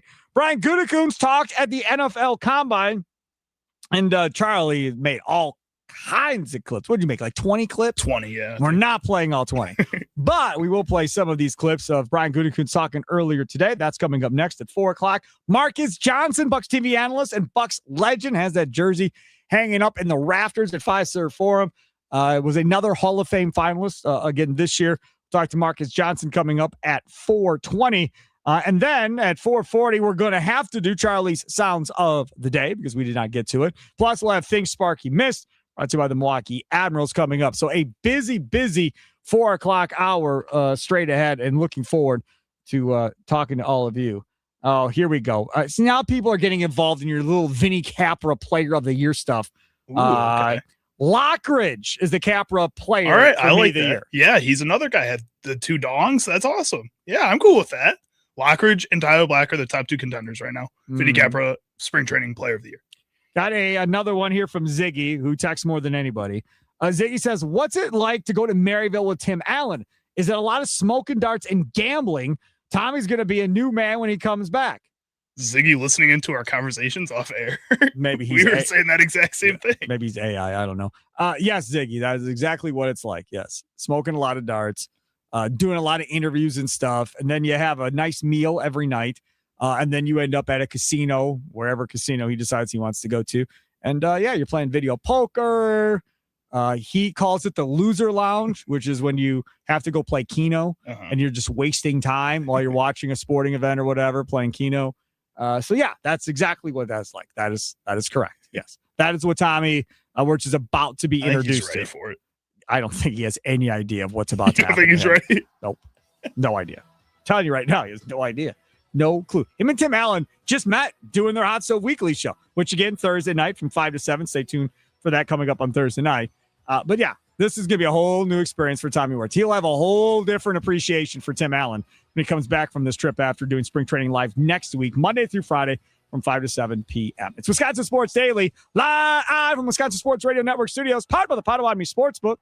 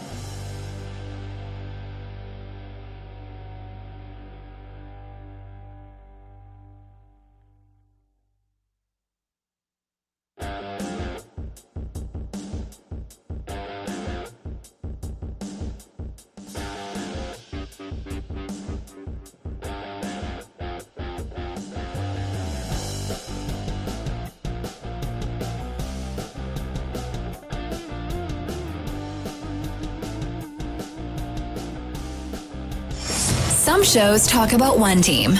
Other shows barely talk sports. This show will talk Packers, Brewers, and Bucks. Every day. It's Wisconsin Sports Daily with Steve Sparky Pfeiffer on the Wisconsin Sports Radio Network.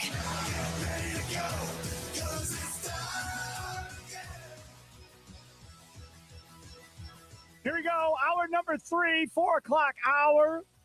We broadcast live from the Wisconsin Sports Radio Network studios, powered by the Potawatomi Sportsbook. Sparky with you, Charlie using over there. Hope your Tuesday is going well at this point. Coming up this hour, Marques Johnson, Bucks TV analyst, Bucks legend, will join us coming up here at 4:20. Well, also, after we talk to him, Bleacher Report has a top players list of all time that had Charlie seeing red earlier today in my office. Could not believe it because he had not seen the list. More in disbelief, not red, I would say. Like purple, maybe green. Yeah. Also, things Sparky missed and Charlie sounds the day to come here in the 4 o'clock hour. So a jam-packed hour. Having said that, let's do this. It's time for your green and gold update on Wisconsin Sports Daily, powered by the Potawatomi Sportsbook on the Wisconsin Sports Radio Network with Steve Sparky Pfeiffer. All right, so the NFL Combine underway down in Indianapolis. Bunch of dudes in underwear getting weighed and measured and running 40s and people telling you your arms aren't long enough to play in the NFL, your hands are too small. What is your problem? Your hand is an inch too small. You can't play quarterback in the league. You'll have to go play wide receiver or tight end or something. You never know. So all that nonsense is going on down there. Well, every general manager and normally head coach that are there, because now we've become a trend of head coaches not going to this at all and staying back and not attending. But when they go, they also have to speak to the media. And earlier today, Brian Gutekunst spoke to the media. And, of course, the Rich Bisaccia news came up because we've not heard from Brian Gutekunst since Rich Bisaccia stepped away. Packers still do not have a special teams coordinator. One would think, Charlie, that they are interviewing potential special teams coordinators at the NFL Combine because everybody in the National Football League all descends on Indianapolis at the same time for this. This is Goody on Bisaccia stepping down. Again, losing him is tough just because of what he brought to our football team, but I think there were just other opportunities that he wanted to pursue. He's coached a long time in the National Football League, and as you know, that can be a grind, and I think he had some other opportunities that he was looking at. Really good coach, and wherever he ends up, that place is going to be better for it. That's interesting. So he told Goody what he's going to do? That's what's happening? Seems like it. I mean, he can't step down, can he, and then just go coach somewhere else in the NFL. That can't be a thing. So if he's stepping down, one of two things. One, he's just getting out of football altogether and is going to do something on the side. Or two, he's headed to college. Well, he could go into a front office role for an NFL team, though. Couldn't he? He wouldn't be coaching. He wouldn't be on the sideline, but he could get in a raise, a bump, that promotion from another team, and that's allowed and everything. I think that's more likely than going back to college for a guy like Rich Bisaccia. Well, what if it's for a head coaching job potentially somewhere? He'd have to be getting paid a lot of money. There's nothing really out there, I don't think, right now. But I'm just saying, like, if he's thinking, I want to be a head coach somewhere, if I'm not going to get my chance in the NFL, maybe I'll go give it a chance in college. And again, he's not young, right? That's why he's I think older. It's unlikely. So that's a big gamble for a college team if they were going to go that route. United Football League, is that what he's going to go do? Is he going to go coach the United Football League? I don't know. We'll find out what he does. We'll see. Goody on the process and what it looks like for hiring a new special teams coordinator. Yeah, I think, again, we're working through the process of a new coordinator now. Once we have a chance to make that hire, getting with that coach and making sure that we, from a personnel perspective, we talked a little bit about it earlier as far as the new kickoff rule and how many more kickoffs there are and the body types we're looking for. But to me, it's just consistency. It's always about consistency and making sure that we're ready for whatever situation that comes up in a football game and ready to play winning football in that situation. Do you know what I really like? And I know I'm asking for the moon here, and I know I'm never going to get this. But just as a fan, and I think I'm not alone on this. Most of the times I feel like I'm alone on most things I say. But I don't think I'm alone here. I would just like for him to say, I want somebody that's going to preach physicality. I want somebody that's going to promote violence when they're out there going and making a tackle on special teams, right? That's what I want. I want whoever the coordinator is to get with that mindset and that thinking. That's what I'm looking for. And to be honest, be like, I don't know if that person exists, but that's how I want my special teams to play, with reckless abandon. That's what I want. I'd like my defense to play with that same mentality if I can ever figure out the right guy to get in here. But we have to become more physical as a football team in order to take the next step. Now, again, that's me. I don't think he'll ever say it, but that's what I would like to hear as a Packers fan, Charlie. Well, and I think the other reason he won't say it outside of it's just not sounding very professional coming from the GM of your football team. But the other reason is obviously him and Rich Bisaccia had this conversation about Rich Bisaccia leaving. He knows what the plan is, apparently, or that's what it seems. If you say something like that, like we need to go out there and get somebody who's going to come in with this killer instinct, this mentality of that it's all or nothing on the special teams, that's kind of insinuating that Rich Bisaccia didn't have that. And if this is something where it's amicable the way that you left things and you want him to still have maybe a relationship with the franchise, if you wanted to bring him in a front office role at some point or bring him back to the coaching staff, you don't want to burn that bridge. And I think that's something that maybe he'd be worried about too as the general manager. I don't care about feelings. I know you don't. You're not the general manager of the Green Bay Packers. Nope. You quit on me, man. I don't. I just, and not only did you quit on me at the worst possible time. Like if you were going to quit on me, you could have quit on me when all these coaching staffs were all out there and we could have had our pick of who we wanted. You waited until they were all filled. Your right-hand guy left like 2 days prior to go to Cleveland. I'm guessing he knew this was about to happen, and you still let him walk out the door. So with all due respect to the whole we want to keep Rich happy crowd, I don't think I care one way or the other about keeping Rich happy. Right now, I got to figure out how to improve my special teams unit and get it going in the right direction. That's what I care about. Coverage units were better last year. He deserves credit for that. But there's got to be other stuff. Now, this other answer from Gutekunst at the NFL Combine today talked about how important really are special teams to you. Incredibly important, not only from a field position as part of the game, but all these games are coming down to a kick or, a couple points. So everything matters. The details matter, and that's a big part of winning a football game. Lies! I don't believe you. Who have you drafted or signed that was the premier punt guy? You chose him to go back there and be a punt returner. You drafted him to go back there and be a kick returner. You have made no effort to fix that position at any point under your supervision. None. Nada. I can point to Ron Wolf going and fixing it. I know that. We know Ted didn't give a damn about special teams. And up until you hired Bisaccia, you really didn't either, and you admitted to it when you said, well, now we're starting to draft guys to help Bisaccia. The kicking position, you jacked that all up, and by the love of God, you got saved because of off-the-field stuff going on with McManus, and he was even available, and you were able to hold on to him. Thankfully, we don't know if they're going to cut him or not. Hopefully, you don't cut him, and then we go back to this fiasco, get a kicker. The punter position is fixed. Leave Whelan alone. Give him whatever he wants money-wise. Let's move on. But I don't believe you.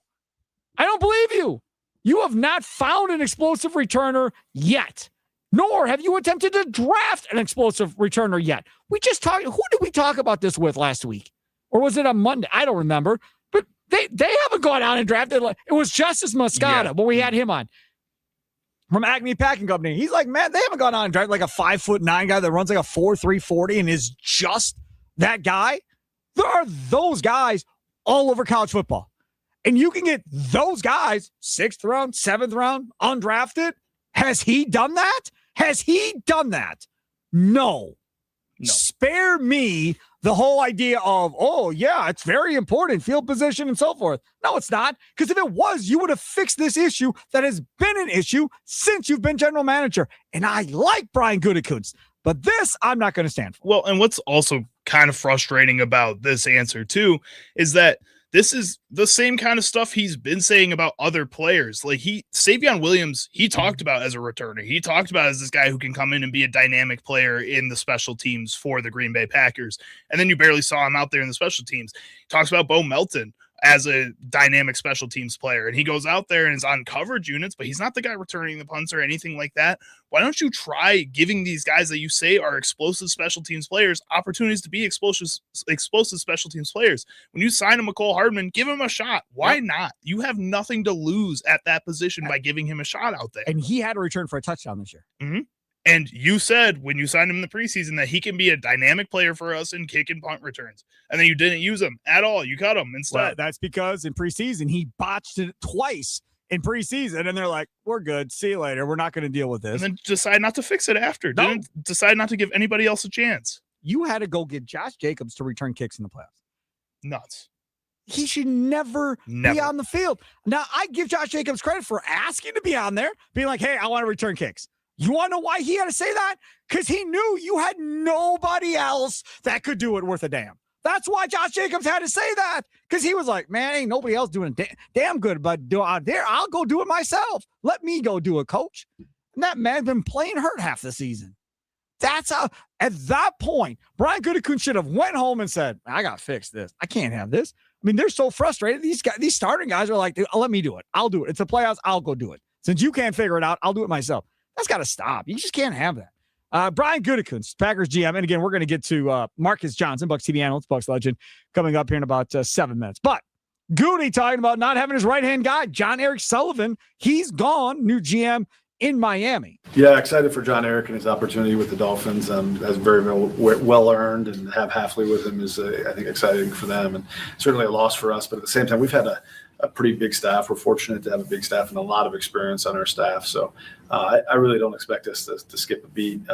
There's so much crossover between the guys that we have in college and pro and how we handle things, and they've been around for a long time. So the new areas that they may jump into because John Eric's not here, they probably already have to some extent, and they're very well versed in that.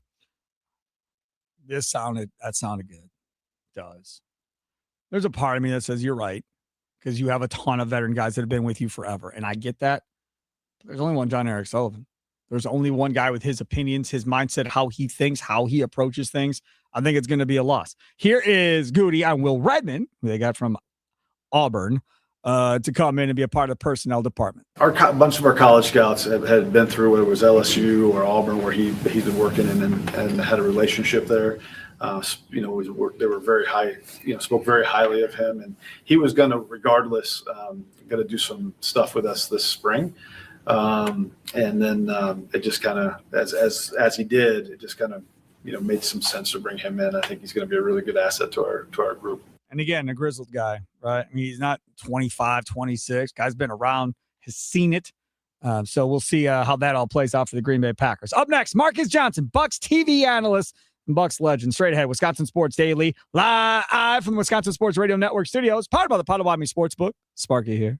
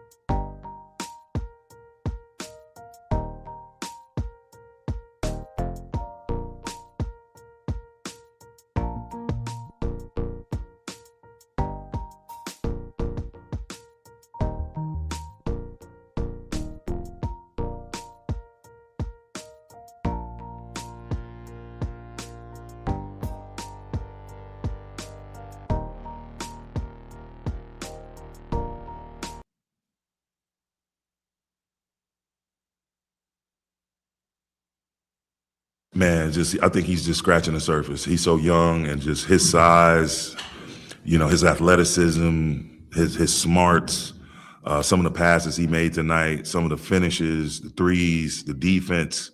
Like, he's just scratching the surface. We found a jewel. They did a good job prepping him here. And, it's like that sometimes. Sometimes you can have too many good players, and so you have to part ways with some. But we're happy we were able to get him. Thrilled we were able to get him, and he's someone that's going to help us in the immediate present and the future.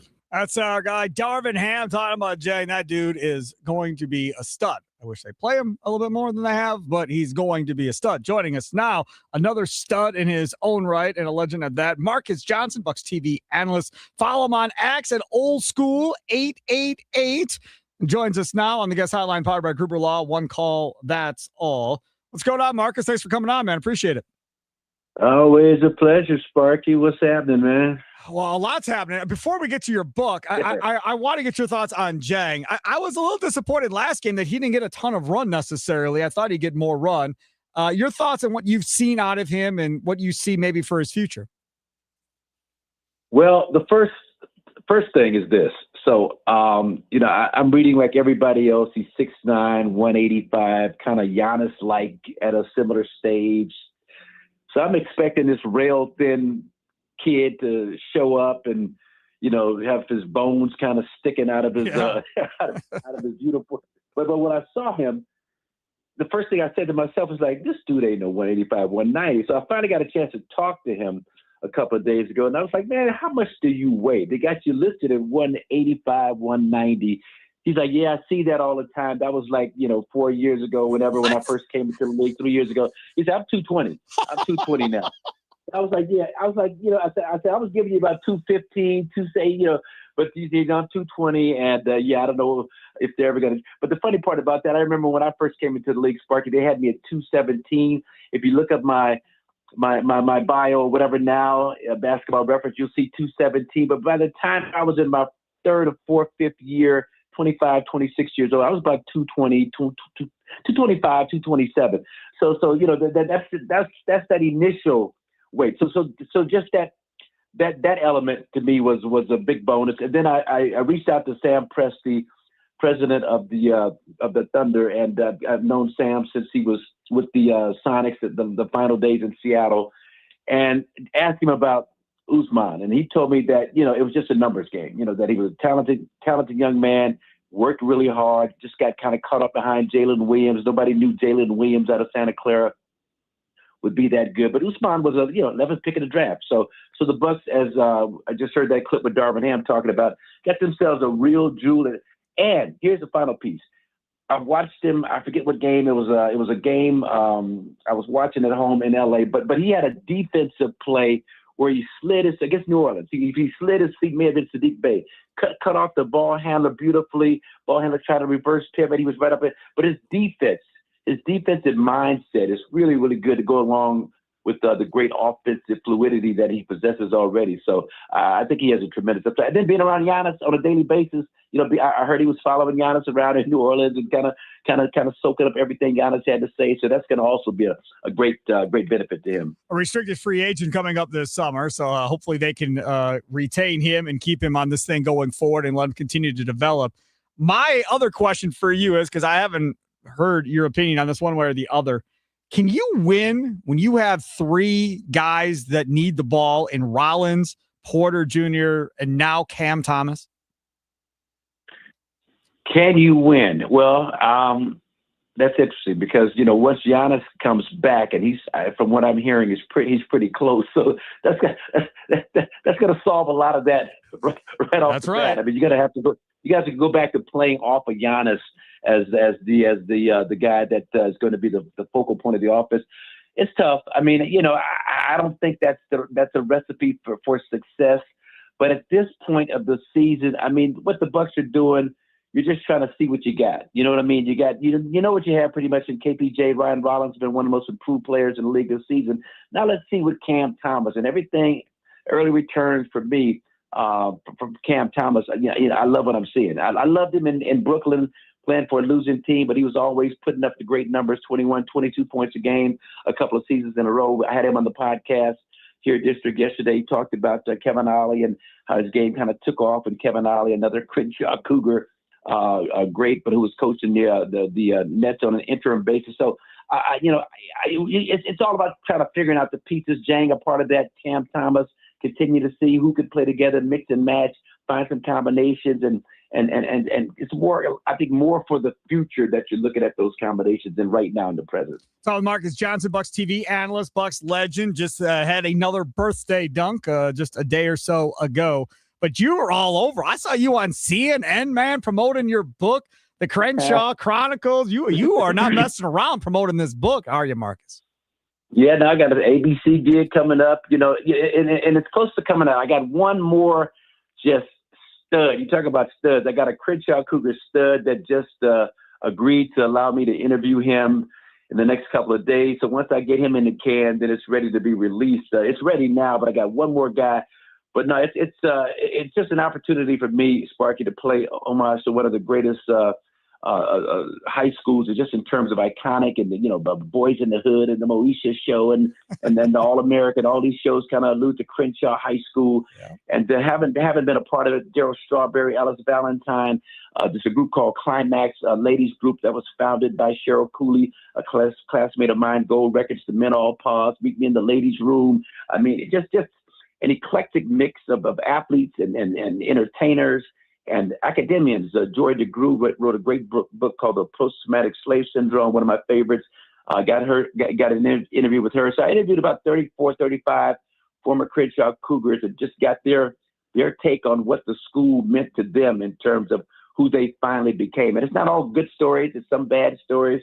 People going to prison, people going down the wrong road, dealing drugs, but then bouncing back because of the resilience that they kind of learned at Crenshaw High School. So, it was an amazing time in the 70s, man, and 80s and 90s, even with the gangs and the police presence. And Fort Crenshaw was the nickname they gave the school back in the 70s because of all the craziness and violence. But through all that, they've produced a number of high-achieving students. Larry Elder is a Crenshaw Cougar, as a matter of fact. Speaking of strange bedfellows, I've become really good friends with Larry Elder. We're 180 degrees apart on a lot of political issues, but we got the similar, upbringing, fathers from the South and all that. So it's just fascinating for me to be able to work on this and find so many and unearth so many great stories of Crenshaw Cougars.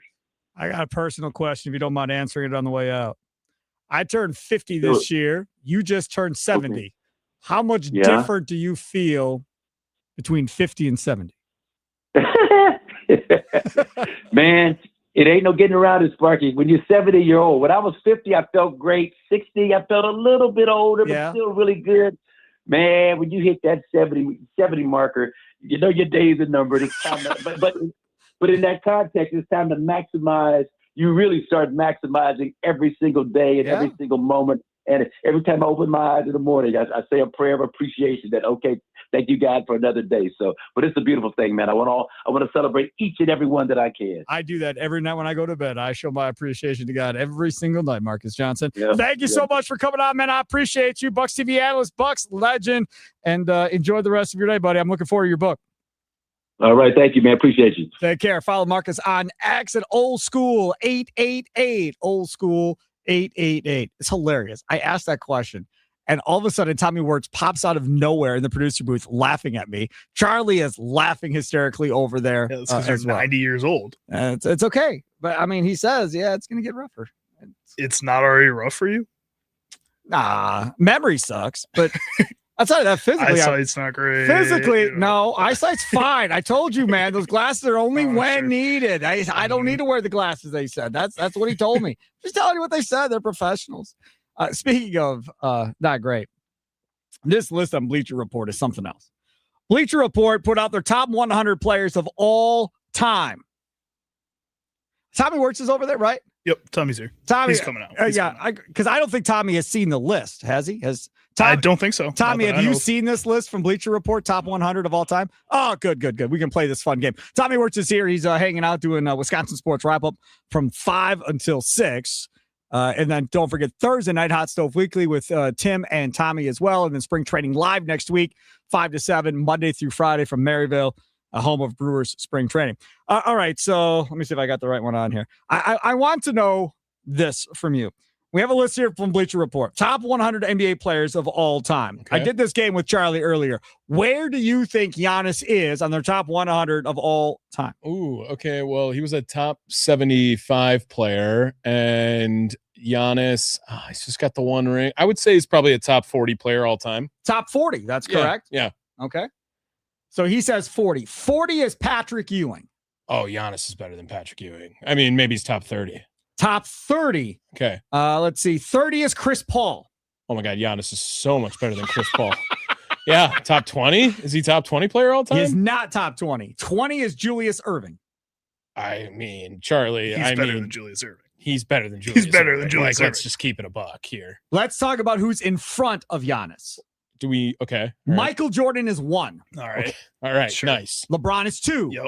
Jabbar is 3. Sure. Magic is 4. Sure. Bill Russell is 5. I mean, Giannis would drop 400 on Bill Russell. Shaq. Bill Russell is a good defender. I- Shaq 6.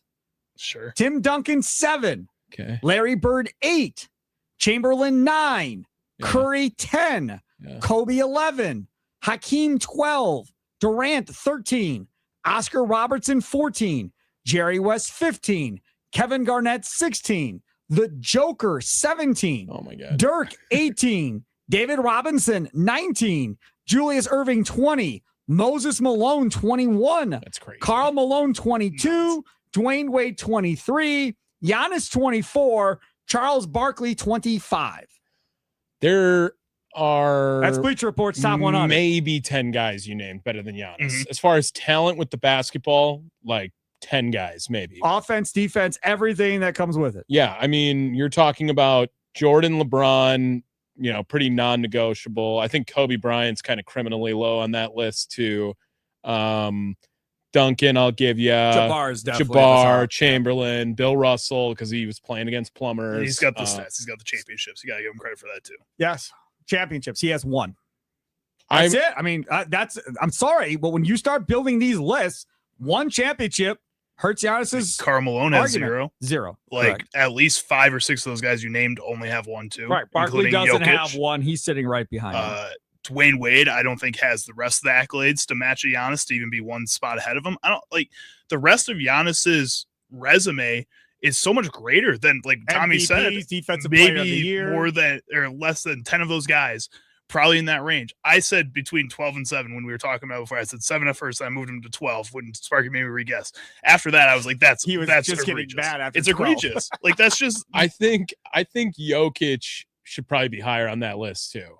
To be honest, he's got the ring. So if he's going to be up there with just 1 ring, he should probably be higher on that list. I mean, Steph Curry being top 10, I think is right. Mhm. And I think Jokic should probably be top 10 as well. And I think Giannis should be top 10 as well. Yeah. I really do. know I'm on an island. I just can't get down the Joker love, man. What do you mean? He's got 3 MVPs and a ring. He's understand. obviously had I a get better it. Man looks resume than Giannis. bored So if on the that's what court they're every going time off he's of out resume, there. it's the whole it's this whole Aaron Rodgers GOAT debate all over again, where if you're going to tell me that someone threw a football better than Aaron Rodgers, I don't believe you. He is the best player to throw a football. Now, as far as being an NFL player, yeah, I understand why Tom Brady's ahead of him. I understand why you want to put Montana ahead of him. But the talent it takes to play the game, Aaron Rodgers is the best to ever do it. And you didn't cheat. That helps. Coming up next, we'll get to Charlie's Sounds of the Day, brought to you by Prospects, and Things Sparky Missed, brought to you by the Milwaukee Admirals, all straight ahead. Wisconsin Sports Daily, live from Wisconsin Sports Radio Network studios, powered by the Potawatomi Sportsbook. And don't forget that Potawatomi Sportsbook, man, that's where you want to be. The thrill of witnessing a walk-off grand slam. Buzzer-beating 3, lots of those coming. You know the feeling. There's only one place to experience that raw exhilaration, the Potawatomi Sportsbook. Catch all the action in supreme space with dozens of sports betting kiosks, cool drinks, luxury seating, great food, fiery atmosphere, and a monster video wall. Only at the Potawatomi Sportsbook. More info at Potawatomi.com. Must be 21 to enter the casino.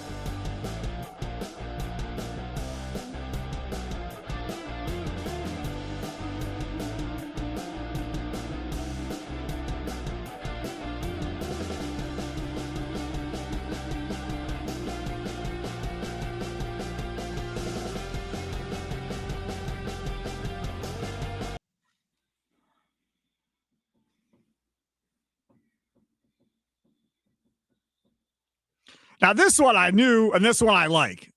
This is Shinedown, right? Yes. I know No, Shinedown. 3 doors down. Oh, darn it, that was close. Yeah, not my time. This one I like. This group I like. This is 3 doors down. So this one I'm okay with. I thought he what, was just going to do Kryptonite. that's what it says on the label. Maybe he labeled it wrong, but that's This what probably it says. is. I'm probably wrong. I don't know. It just doesn't sound like him. Yeah, whatever. It doesn't matter one way or the other. What does matter is that Habish, Rotier, they're never wrong. They always got it right. You get the national reputation by winning cases. You get a national reputation by treating people the correct way, right? The hometown experience that they talk about as well, or hometown service, that is also something that you get the benefit of because they're right here in your home state of Wisconsin. 13 locations all over the state. Milwaukee, Green Bay, Madison, Appleton, Kenosha, Lake Geneva, Racine, Sheboygan, Rhinelander, Stevens Point, Waukesha, Wausau, West Bend, everywhere you want them to be. And as I said before, I've went through a horrific car accident years ago. And at least for me, you get to that point of being scared, not knowing what to do. You still owe money on the car. That's wrecked. You got to figure out medical bills and all this other stuff. You're freaking out. And there are people listening right now that I'm sure have had that happen to them and they can say the same thing. Habish have been around since 1930. All these different people have come and gone, and it's always been great service. That's how you get to this point. When you bring your case to them, you become the most important thing to them because it's the most important thing to you. Check them out today, Habish.com. Again, Habish.com. Experience matters when the stakes are high, and they've got a lot of them. Call 1-800-2HABISH, 800-2HABISH. Habish and Rotier, national reputation and hometown service. What sound clips will Chicago Charlie pick today for Sparky? Will Sparky become enraged? Will laughter ensue? It's time for Charlie's Sound of the Day. It's Wisconsin Sports Daily, served up by Wendy's on the Wisconsin Sports Radio Network.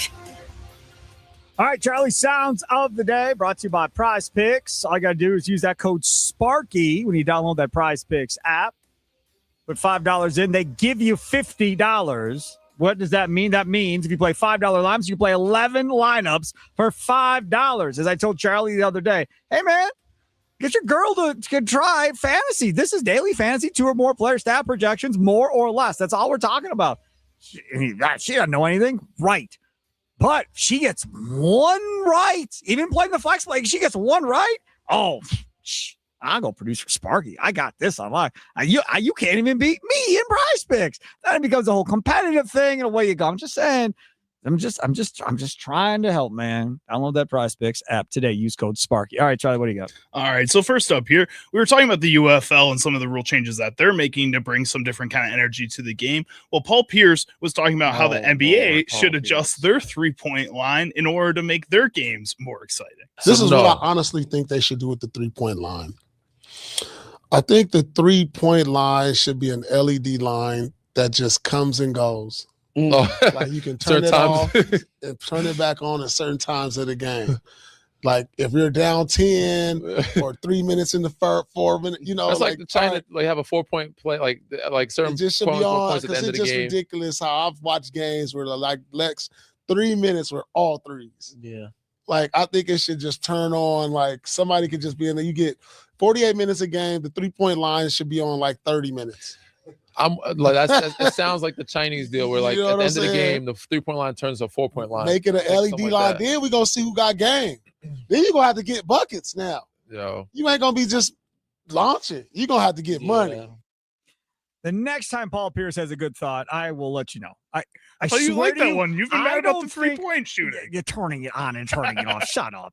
Like, come on, man. Like, I don't think we've ever played anything Paul Pierce related on this show in Charlie Sounds of the Day that I've ever agreed with. And I'm sure there's something that we may agree with. The sky is blue. Okay, we might get down with that. But, I mean, there's not much I don't think that Paul Pierce and I agree with on anything involving sports at this point. So, okay, that was fun. Please tell me the next one's better. The next one is better. Good. I did want to head back to foul territory from yesterday where I was grabbing show. some clips of the Brewers on that show. This is another clip from Matt Arnold that I wanted to play still, too. This is him discussing his communication with Freddie Peralta prior to the New York Mets trade. Yeah, no question. Freddie and I had a great relationship. I've known him since he was, 19, 18 years old when we first got him. And We always tried to keep the line of communications open with him and his agent, Seth Levinson. And so we have really good relationships with those guys, tried to be very open and honest. And it was a two-way street, just making sure we're on the same page and what's going on, what's happening, and trying to make sure that we kept him in the loop. I think the worst thing to do is surprise people on these types of things, and just having those conversations, being open and honest with your guys, having that kind of culture here,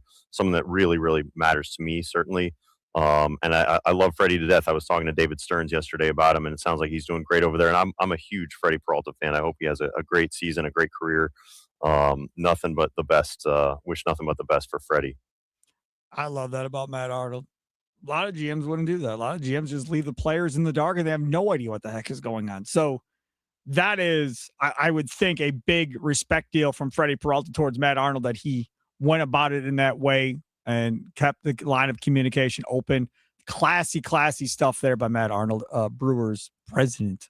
What do you got? All right, last up here, we're going to hear from David Sampson, former president of the Marlins, and now floats around doing different podcasts and stuff, including his own. He was on that discussing Tarek Skubal deciding to only pitch one game in the World Baseball Classic for Team USA. My name is Tarek Skubal, and I would very much like to go to the final game in Miami if Team USA is playing. Tarek Skubal will be pitching in pool play one time for a shortened outing against Jazz and Great Britain, and that's it. So I'm not blaming Skubal or Scott Boras for not wanting Skubal to pitch in a major World Baseball Classic game like the quarters, the semis, or the finals. What I am saying is that if there's going to be the benefit of the excitement of the announcement, I don't want to hear about it today. I don't want to hear way after the fact that it's a pool appearance, one and done, and then you're leaving the team. If you make one appearance and pitch a couple of innings in a pool game, are you then a member of the team? No. I would have just told him, we're good. You don't have to come. No, I'm just saying, if I was Team USA, even though he's the best pitcher, I'm good. I'm not even come pitch pool play when somebody else could be getting a valuable couple of innings here and getting ready for the next round of games, and I'm wasting 2 innings to make your ego feel good or whatever. No, I'm good. We don't need to do this. And you know what this is. This is Scott Boras trying to make sure he's healthy and doesn't get hurt unnecessarily before the season even starts. Now, he can't control it once they get into the season necessarily, but Scott Boras wants to see him push through to free agency and hit a gigantic amount of money in free agency. He's going to make probably like $40 million a year, whatever it ends up being, maybe more than that, $45 million. He's going to make a ton of money. And the last thing you need is him getting hurt in a World Baseball Classic at this point. So I understand why you don't want him pitching a bunch in there. Then just say you're not going. Yeah, just or Team USA, just don't invite him. That's it. Just don't let him play. As Scott Boras say, dude, you can make the most money out of any pitcher that's ever been made. And this is not worth it. And what this is doing, I guess, in my mind with Tarek Skubal, is just kind of making it like all the other All-Star games where guys just say, yeah, I like the honor, but I don't really want to play. I don't really feel like it, stuff like that. And again, to David Sampson's point, I don't think that's what's happening. And this is really him just trying to protect himself. But again, just don't play them. Don't make this a spectacle like that when guys on other teams, on your own team, care more about it than that. Go back to foul territory yesterday. Bryce Terang talking about how excited he is to play for Team USA. He's jacked. He can't wait to feel the energy and all of that and being in that moment. And being in that moment and having that experience, since they're not in the World Series, is going to give him a lot of stuff. And being around great players for Bryce Terang could be nothing but positive for Bryce Terang going forward, about whether it be off-season workouts, what they do during the season, physical workout regimens that they do. I mean, he's going to be able to hopefully pick up on a whole bunch of stuff by being on Team USA, and then they win the damn thing. I mean, that's a lifelong memory that you'll obviously never forget. All right, to this. What story did Sparky miss talking about today on Wisconsin Sports Daily? Don't you worry. Sparky's got you covered now. Don't miss Milwaukee Admirals hockey this season. Don't just buy tickets. Invest in memories at MilwaukeeAdmirals.com.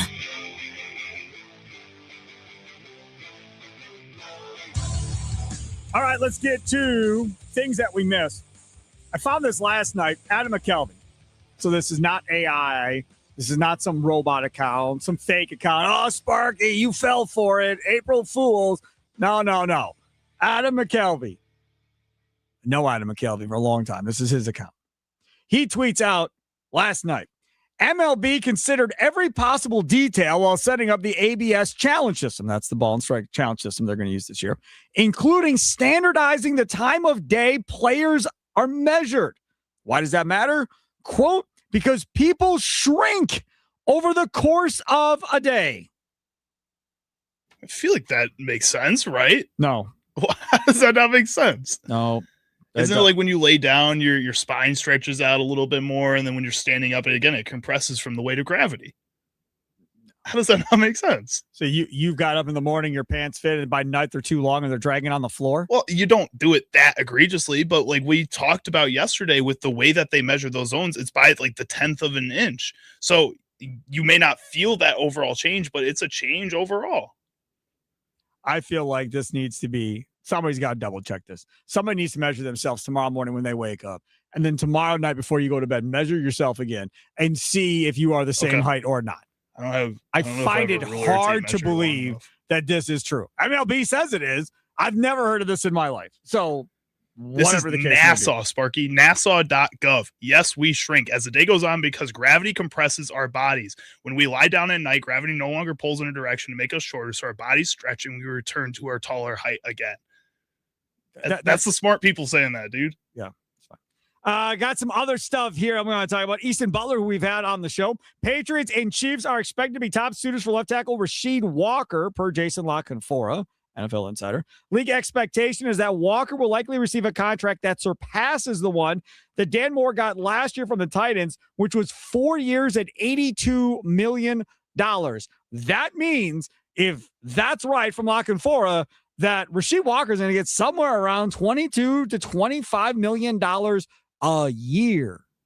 I know that, again, the way the free agency class is filling out right now, the players that the Packers have free agents at, those positions are more valuable. At the same time, if Malik Willis goes out there and gets $35 million, like we heard Ty Dunn say yesterday, if Rasheed Walker goes out there and gets $21 million, Quay Walker goes out there and gets $20 million, man, you got to give Brian Gutekunst some credit. That says that a lot of teams are watching this Packers squad and say the guys that he's drafting, the guys that he's developing are turning into players that we want to give an opportunity to on our teams. Again, I think that says a lot about Brian Gutekunst and what he's done in the draft. This is my thing, though.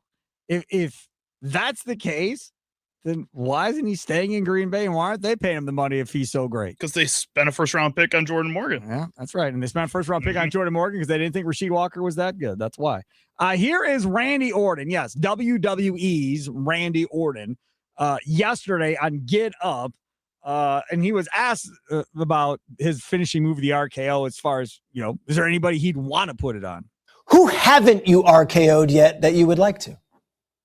Well, I did see a recent podcast Logan Paul put on. He had Tom Brady on, and Tom Brady had a few things to say about pro wrestling. I think he called it, quote unquote, cute. Cute was the term. So I've never met him, but I'd love to meet Tom and hit him with an RKO. I'd say he'd be at the top of the list. Having been around wrestling for quite some time and tried, not well, to do it myself as a celebrity wrestler or whatever, I really, really think people do not understand what these guys go through. I have no idea. Like Kevin Nash, from D-Generation X and all that, was just at Potawatomi Sportsbook for the Royal Rumble and was hanging out with fans and all this other stuff. Man doesn't sleep. Man's in pain constantly. Kurt Angle's had so many surgeries and everything else. Like, I promise you, the beating that these guys take when you're doing this for 10, 12, 15 years, 20 years, longer than that for some of them, is far worse than what Tom Brady is taking in the National Football League. I promise you, it's far worse. I think, though, at the same time, when you have these big personas who are coming out and doing interviews like this, saying stuff like that, that's part of the reason Tom Brady says it's cute, because it's all a big act. But underneath it, they are real athletes. It's just, it gets covered up by the act. Not even the real athletes. It's the amount of pain and physical toll that it takes on your body doing what they do. I promise you, Tom Brady gets put into a match and actually has to go and do all this stuff.